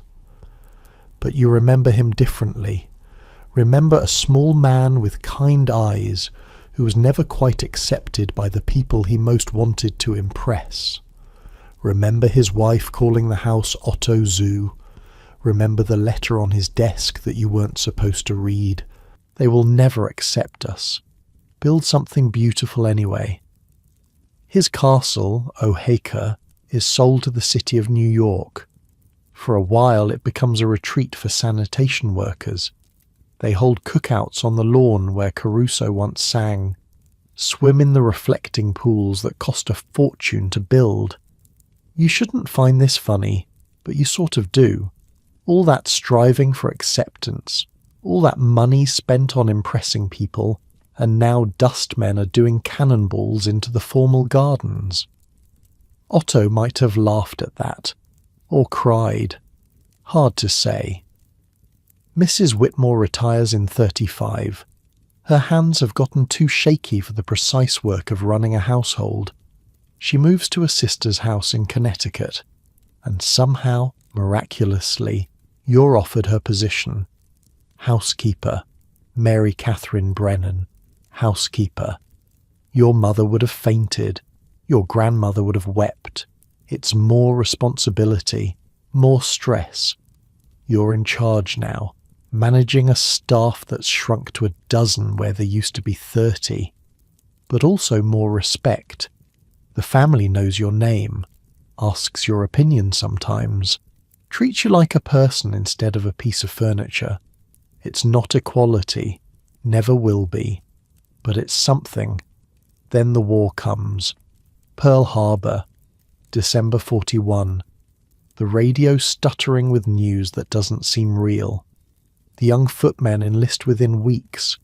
The chauffeurs follow. Patrick, the gardener, tries to sign up even though he's nearly 40 with bad knees. They turn him away, but he finds work in a factory making airplane parts. Someone's got to do something, he says when he leaves. Can't just sit here polishing silver while the world burns. Women take over everything, running the houses, running the factories, running the country while the men are gone. You've been doing this work for 20 years, but suddenly it feels different, necessary, important. The Gold Coast empties out even further. Estates become barracks and training facilities. The government takes over mansions that were standing empty anyway. Oheka becomes a merchant marine academy. They paint everything blue, use the ballroom as a basketball court. All that imported marble, all those crystal chandeliers, and now 18-year-olds are practicing free throws under them. The war ends. The boys come home, but the world doesn't go back to the way it was. Babies everywhere, families needing houses. A man named Levitt buys farmland on Long Island and builds something new. Rows of identical houses, affordable, efficient. The American dream, but smaller, more democratic. Levitt Town, they call it. The future. And the old estates, they get swallowed up, torn down, carved into lots and sold to the rising middle class. By the 50s, half the mansions are gone. By the 60s, more than half. The Gold Coast is dying, one demolition at a time, but some people fight back. Preservationists, they call themselves. They buy the old estates with their own money, turn them into museums, open them to the public. A man named Gary Melius buys Oheka in the 80s, spends 30 years and $40 million restoring it, room by room. The basketball court becomes a ballroom again, the blue paint scraped away to reveal the original grandeur. He opens it as a hotel. People pay hundreds of dollars a night to sleep where Otto Kahn once entertained, to dance where Caruso once sang. You visit once, not to stay. You couldn't afford that, but to walk through, to remember. The reflecting pools are back, the gardens restored. It looks almost exactly like it did in 1922, when you were young and everything seemed impossible. Almost. The servants are different now. Employees, they're called, with contracts and benefits and time off. Nobody lives in cramped attic rooms anymore. Nobody works from 5:30 until midnight. Progress, you think. That's what progress looks like. You visit old Westbury Gardens too. The Phipps estate is a museum now. Tourists wandering through rooms you used to clean. They look at the portrait by Sir Joshua Reynolds, the one of the Scottish aristocrats. One of only 5 signed works by the artist in existence, the placard says. You dusted that painting 100 times and never knew it was special. Planting fields became a state park. You walk through the rooms where the Coes used to entertain, past the stained glass windows that came from Anne Boleyn's childhood home. In the breakfast room there's a mural of buffalo, wild and strange. Some rich man's tribute to the American West, painted onto the walls of his Long Island mansion. Tourists take photos with it now, pose in front of the buffalo like they're at a zoo. The world is so strange, so much stranger than you ever imagined it would be. The Harringtons are gone by the 80s. The last of them passed on, leaving no heirs who wanted the old life. The estate was sold, subdivided, turned into luxury homes for people who never heard of the Gold Coast. But you're still here, still on Long Island, living in a small apartment in a town that used to be farmland, watching the world change through your window. Bridget passed in 79. Cancer. Michael followed her 2 years later, as if he couldn't figure out how to live without her. They never got their restaurant, but they had 50 years together, which is more than most people get. Patrick made it to 90. Died in his sleep, his children told you. Peaceful. And you're still here. 87 years old with hands that remember every skill they ever learned.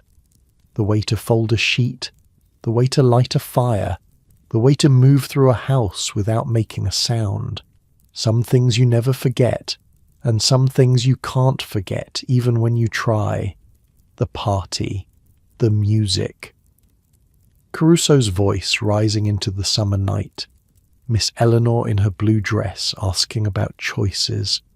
The speakeasy with the fiddle and the 50-year-old scotch. Bridget's face on her wedding day, so full of hope. These are the things that last. Not the money or the mansions, the moments. That's the secret nobody tells you about the rich. They have more stuff, more rooms, more servants, but they don't have more moments.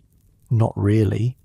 The laughter is the same, the tears are the same, the music and the dancing are the same, and in the end, that's all any of us get to keep. The night is quiet now. Your apartment is small but warm. The radiator hisses like an old friend. Through the window you can see the lights of Long Island. Somewhere out there a few of the old mansions still stand, preserved, protected, waiting for visitors who want to know what life was like when the world was different. Winston Churchill said once that we shape our buildings, and afterwards our buildings shape us. He was right. Those houses shaped everyone who passed through them, the families who built them, the servants who maintained them, and now they shape the tourists who wander through, trying to imagine a world they'll never know. You were part of that world. You helped build it, in your small way, carried the coal and polished the silver, and kept the whole impossible machine running. And now you're the last one left who remembers what it was really like. Not the version in the history books, not the glamour and the parties and the famous names, the real story. The one that happened in the servants' quarters and the hidden corridors and the speakeasy after midnight. That story belongs to you now, the only one left to tell it. Your eyes grow heavy.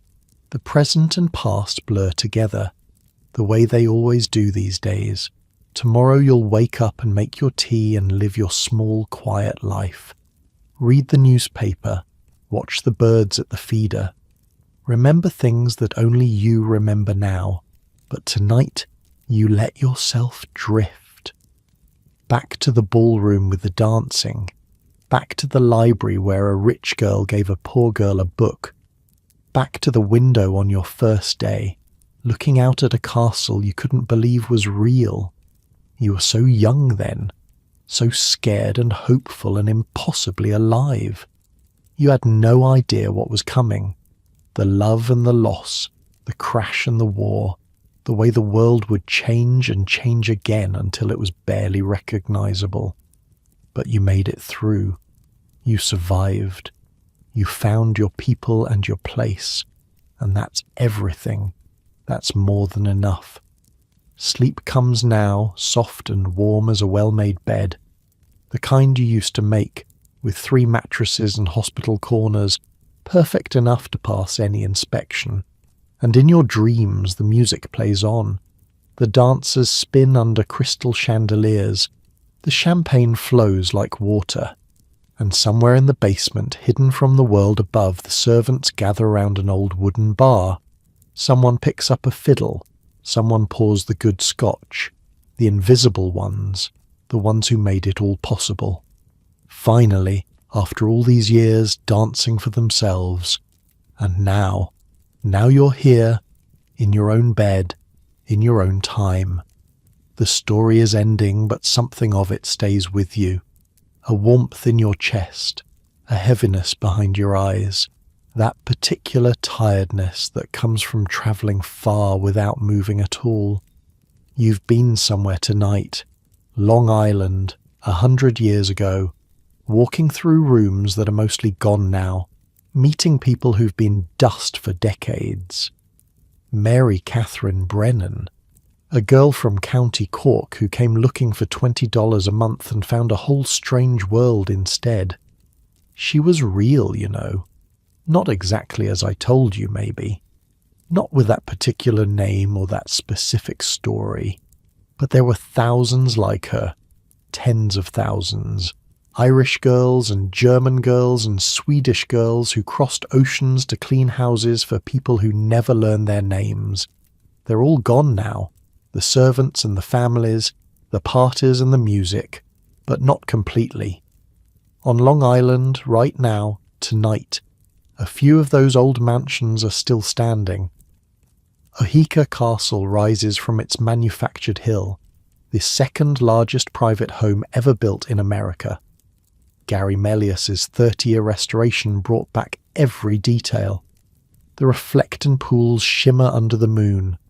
The formal gardens sleep in neat geometric rows. The ballroom where Caruso sang is quiet now. The crystal chandeliers dark, waiting for tomorrow's weddings and galas. People pay hundreds of dollars a night to sleep there, to walk halls that servants once scrubbed on their knees, to imagine themselves as Gatsby, just for a weekend. Otto Kahn would have found that funny probably, or sad. All that money, all that striving for acceptance, and now strangers rent his dreams by the hour. Old Westbury Garden sits just 20 minutes away. The Phipps house still holds the furniture from those English estates that were selling off their treasures after the First World War. The gilded mirrors, the ornate chandeliers, the portrait by Sir Joshua Reynolds, one of only 5 signed works by the artist in existence. Mary dusted that painting and never knew it was special. Just another canvas to clean. The gardens there are legendary. Little rooms made of hedges and flowers, designed to be discovered one by one. The rose garden, the cottage garden, the walled garden with its espaliered fruit trees. Thousands of tourists wander through every year, taking photos, admiring the beauty, never quite imagining the army of gardeners who keep it all alive. And Planting Fields, the co-estate, is a state park now. The stained glass windows that came from Anne Boleyn's childhood home still catch the light in the mornings. The buffalo mural still spreads across the breakfast room wall, that strange tribute to the American West painted in a Long Island mansion. Maiko's French reception room is preserved exactly as she left it. Tourists stand where guests once stood, sipping imaginary champagne, wondering what it felt like to be that rich. The speakeasy is still there too, behind the wood-panelled wall in the den. You can visit it on the tour if you know to ask. These houses are quiet at this hour. Dark windows, empty halls. The docents and gift shop workers won't arrive until morning. The security guards make their rounds, flashlights cutting through the darkness, checking locks, checking alarms, making sure the past stays safe until the tourists come back. It's strange work, guarding history, protecting rooms that nobody lives in anymore, keeping watch over furniture that hasn't been used in a century. But someone has to do it. That's the thing about preservation. It takes constant effort, constant care. The moment you stop paying attention, the decay starts, paint peels, wood rots, gardens go wild, memories fade. The Gold Coast lost most of its mansions to neglect, to indifference, to a world that was moving too fast to look back. Of the 1,200 estates that once dotted the North Shore, less than 400 remain. And of those, only a handful are open to the public. The rest are private homes now, or schools, or corporate retreats, turned into something useful, something modern. Nothing wrong with that, really. Houses are meant to be lived in. Rooms are meant to be used. But there's something lost too. something that only the preserved places keep, the feeling of stepping back in time, of standing where they stood, of imagining just for a moment what it was like to live in that vanished world. The tourists who visit Oheka and Old Westbury and planting fields, they're not just looking at architecture, they're looking for something else, some connection to the past, some sense of continuity in a world that changes too fast to follow, and maybe they find it. In the way light falls through a leaded glass window, in the grain of wood that was cut 100 years ago, in the silence of a room that remembers more than anyone alive. Houses hold their memories close, even when everyone who made them is gone. And these houses have so many memories, the parties and the proposals, the fights and the reconciliations, the servants moving silently through hidden corridors, the families living their complicated lives in public rooms, all of it layered into the walls, the floors, the very air of the place. You can feel it if you're quiet enough, if you're patient enough, the presence of everyone who came before.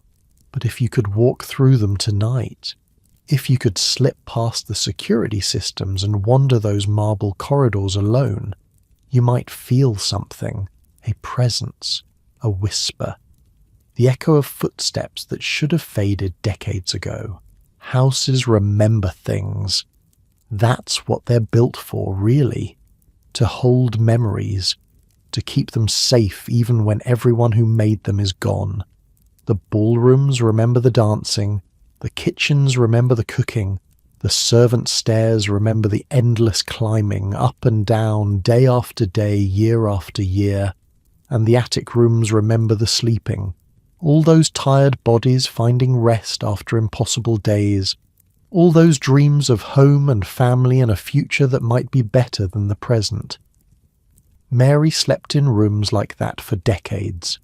Narrow beds, thin walls, the sounds of other servants breathing in the dark.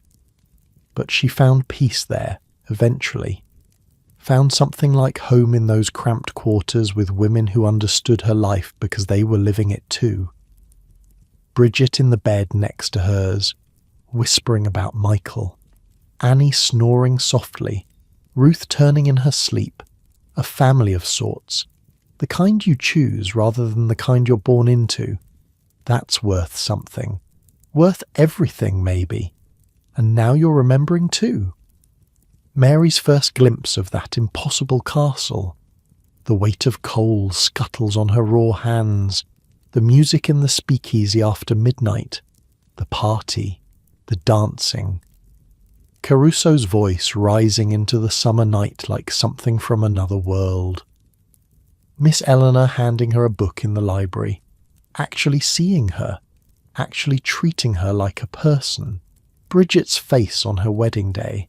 So full of hope for a restaurant that would never open. Patrick raising a toast to the invisible ones. These moments that happened a century ago in rooms you'll probably never see. But they feel close now, don't they? Almost touchable. That's what stories do. They collapse the distance, make the past feel present, turn strangers into something like friends. Mary was a stranger 2 hours ago. Now she's someone you know. Someone you've walked beside through ballrooms and servants' quarters and the long, strange years of the 20th century. You've seen her scared and hopeful on that dusty road, seen her exhausted after her first day, seen her find her place among the other servants, seen her watch an era rise and fall. You know things about her that the history books don't record. The way she felt scraping wax off that ballroom floor, the taste of 50-year-old scotch in a hidden basement bar, the weight of loss when Bridget died, and Patrick and everyone else who shared those years with her. Maybe you'll think of her sometimes. When you visit an old house, when you see a period drama on television, when you notice someone working a job that nobody notices. Maybe you'll wonder about their story, the life they're living when nobody's watching, the dreams they carry through their unnoticed days. That would be something. That would mean tonight mattered. But don't worry about that now. Don't worry about anything. Your bed is warm. Your pillow is soft. Your blanket is doing exactly what blankets are supposed to do. Feel that for a moment. The weight of the covers, the give of the mattress, the way your body has found its comfortable position without you even thinking about it. This is luxury, you know, real luxury. Not the marble and crystal of the Gold Coast, but something more fundamental. Safety, warmth, rest. Mary would have loved this. A bed of your own in a room of your own. The luxury of sleeping until you wake naturally, with no bells to answer and no fires to light. She never had that. Not really. Even at the end, even in her small apartment, some part of her was always listening, always ready to jump up and serve. 50 years of service leaves marks that don't wash off, but you can rest, truly rest. There's no coal to carry, no water to haul up 4 flights of stairs, no silver to polish until your hands crack. Just this quiet, this peace. Let yourself sink into it. The story's over now. The dancers have gone home. The champagne's been drunk. The music has faded to silence. Somewhere on Long Island, the preserved mansions stand in darkness. Their windows reflect nothing but stars. Their gardens sleep under the moon. Tomorrow the tourists will come again. The docents will tell their stories. The gift shops will sell postcards of a world that doesn't exist anymore. But tonight, the houses are alone with their memories, and you're alone with yours. Close your eyes now. Let the images drift. The ballrooms and the bedrooms, the servants' stairs and the grand entrance, the party and the aftermath and the long, slow fade of an era. It's all mixed up together now, the past and the present, Mary's story and your own. That's how it should be. That's what history is. Not something separate from us, locked away in museums and textbooks, but something we carry, something that lives in us, whether we know it or not. Mary lived through things you've only read about.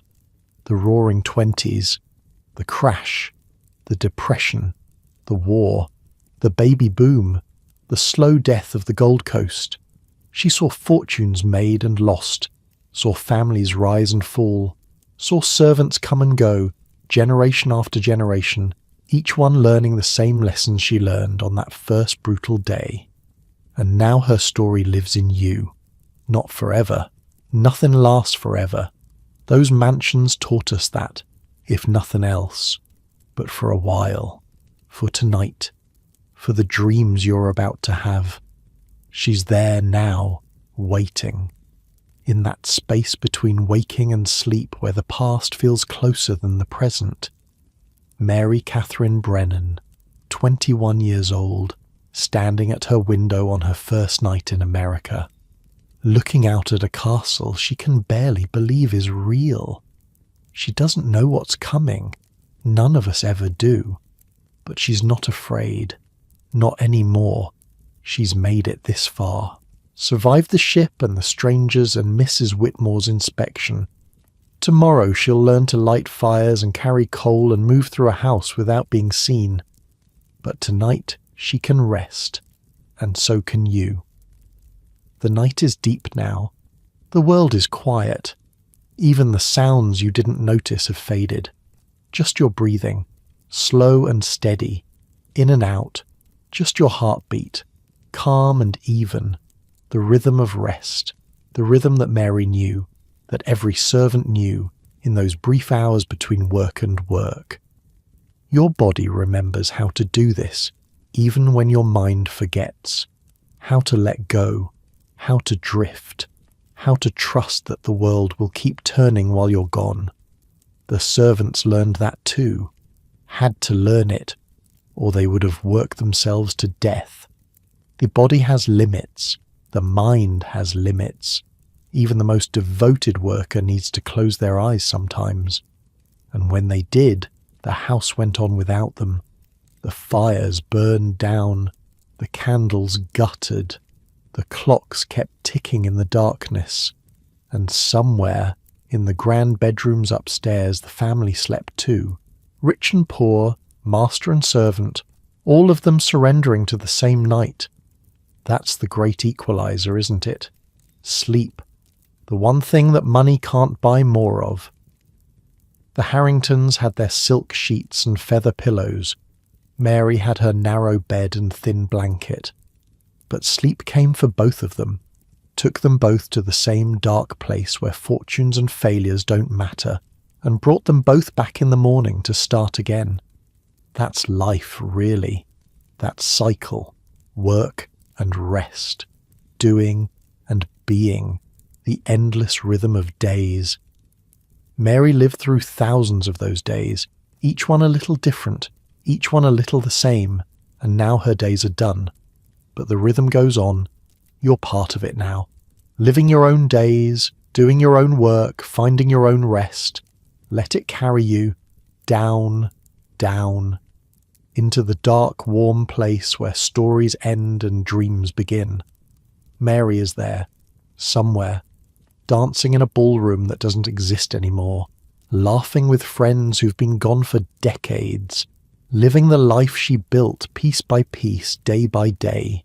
She's happy in your dreams, finally free of the work, finally seen. And you're there too, watching from the edge of the dance floor. Part of the story now. The music plays on, the dancers spin, the crystal chandeliers blaze with light. And somewhere, in a hidden room behind a wood-panelled wall, the servants are gathering, pouring the good scotch, picking up their instruments. Their turn to dance now, their turn to celebrate. You can hear the fiddle starting up, a melody you've never learned but somehow know. Join them if you want. In your dreams you can do anything, or just watch, just rest, just be. The party will go on without you. It always does. That's the thing about the past. It doesn't need us. It just is. But it's nice to visit sometimes. Nice to remember. Nice to know that once, not so long ago, in houses that were almost castles, ordinary people lived extraordinary lives. And one of them was named Mary. And now you know her story. Good night. Sleep well. Dream of music and moonlight and the Gold Coast in all its vanished glory. And when you wake, carry a little piece of it with you, not as a burden, just as a gift, from the past to the present, from Mary to you. The servant's song fades, the dancers slow, the lights dim one by one, and sleep finally, completely, takes you down into the dark, where all stories end and all dreamers rest. Good night.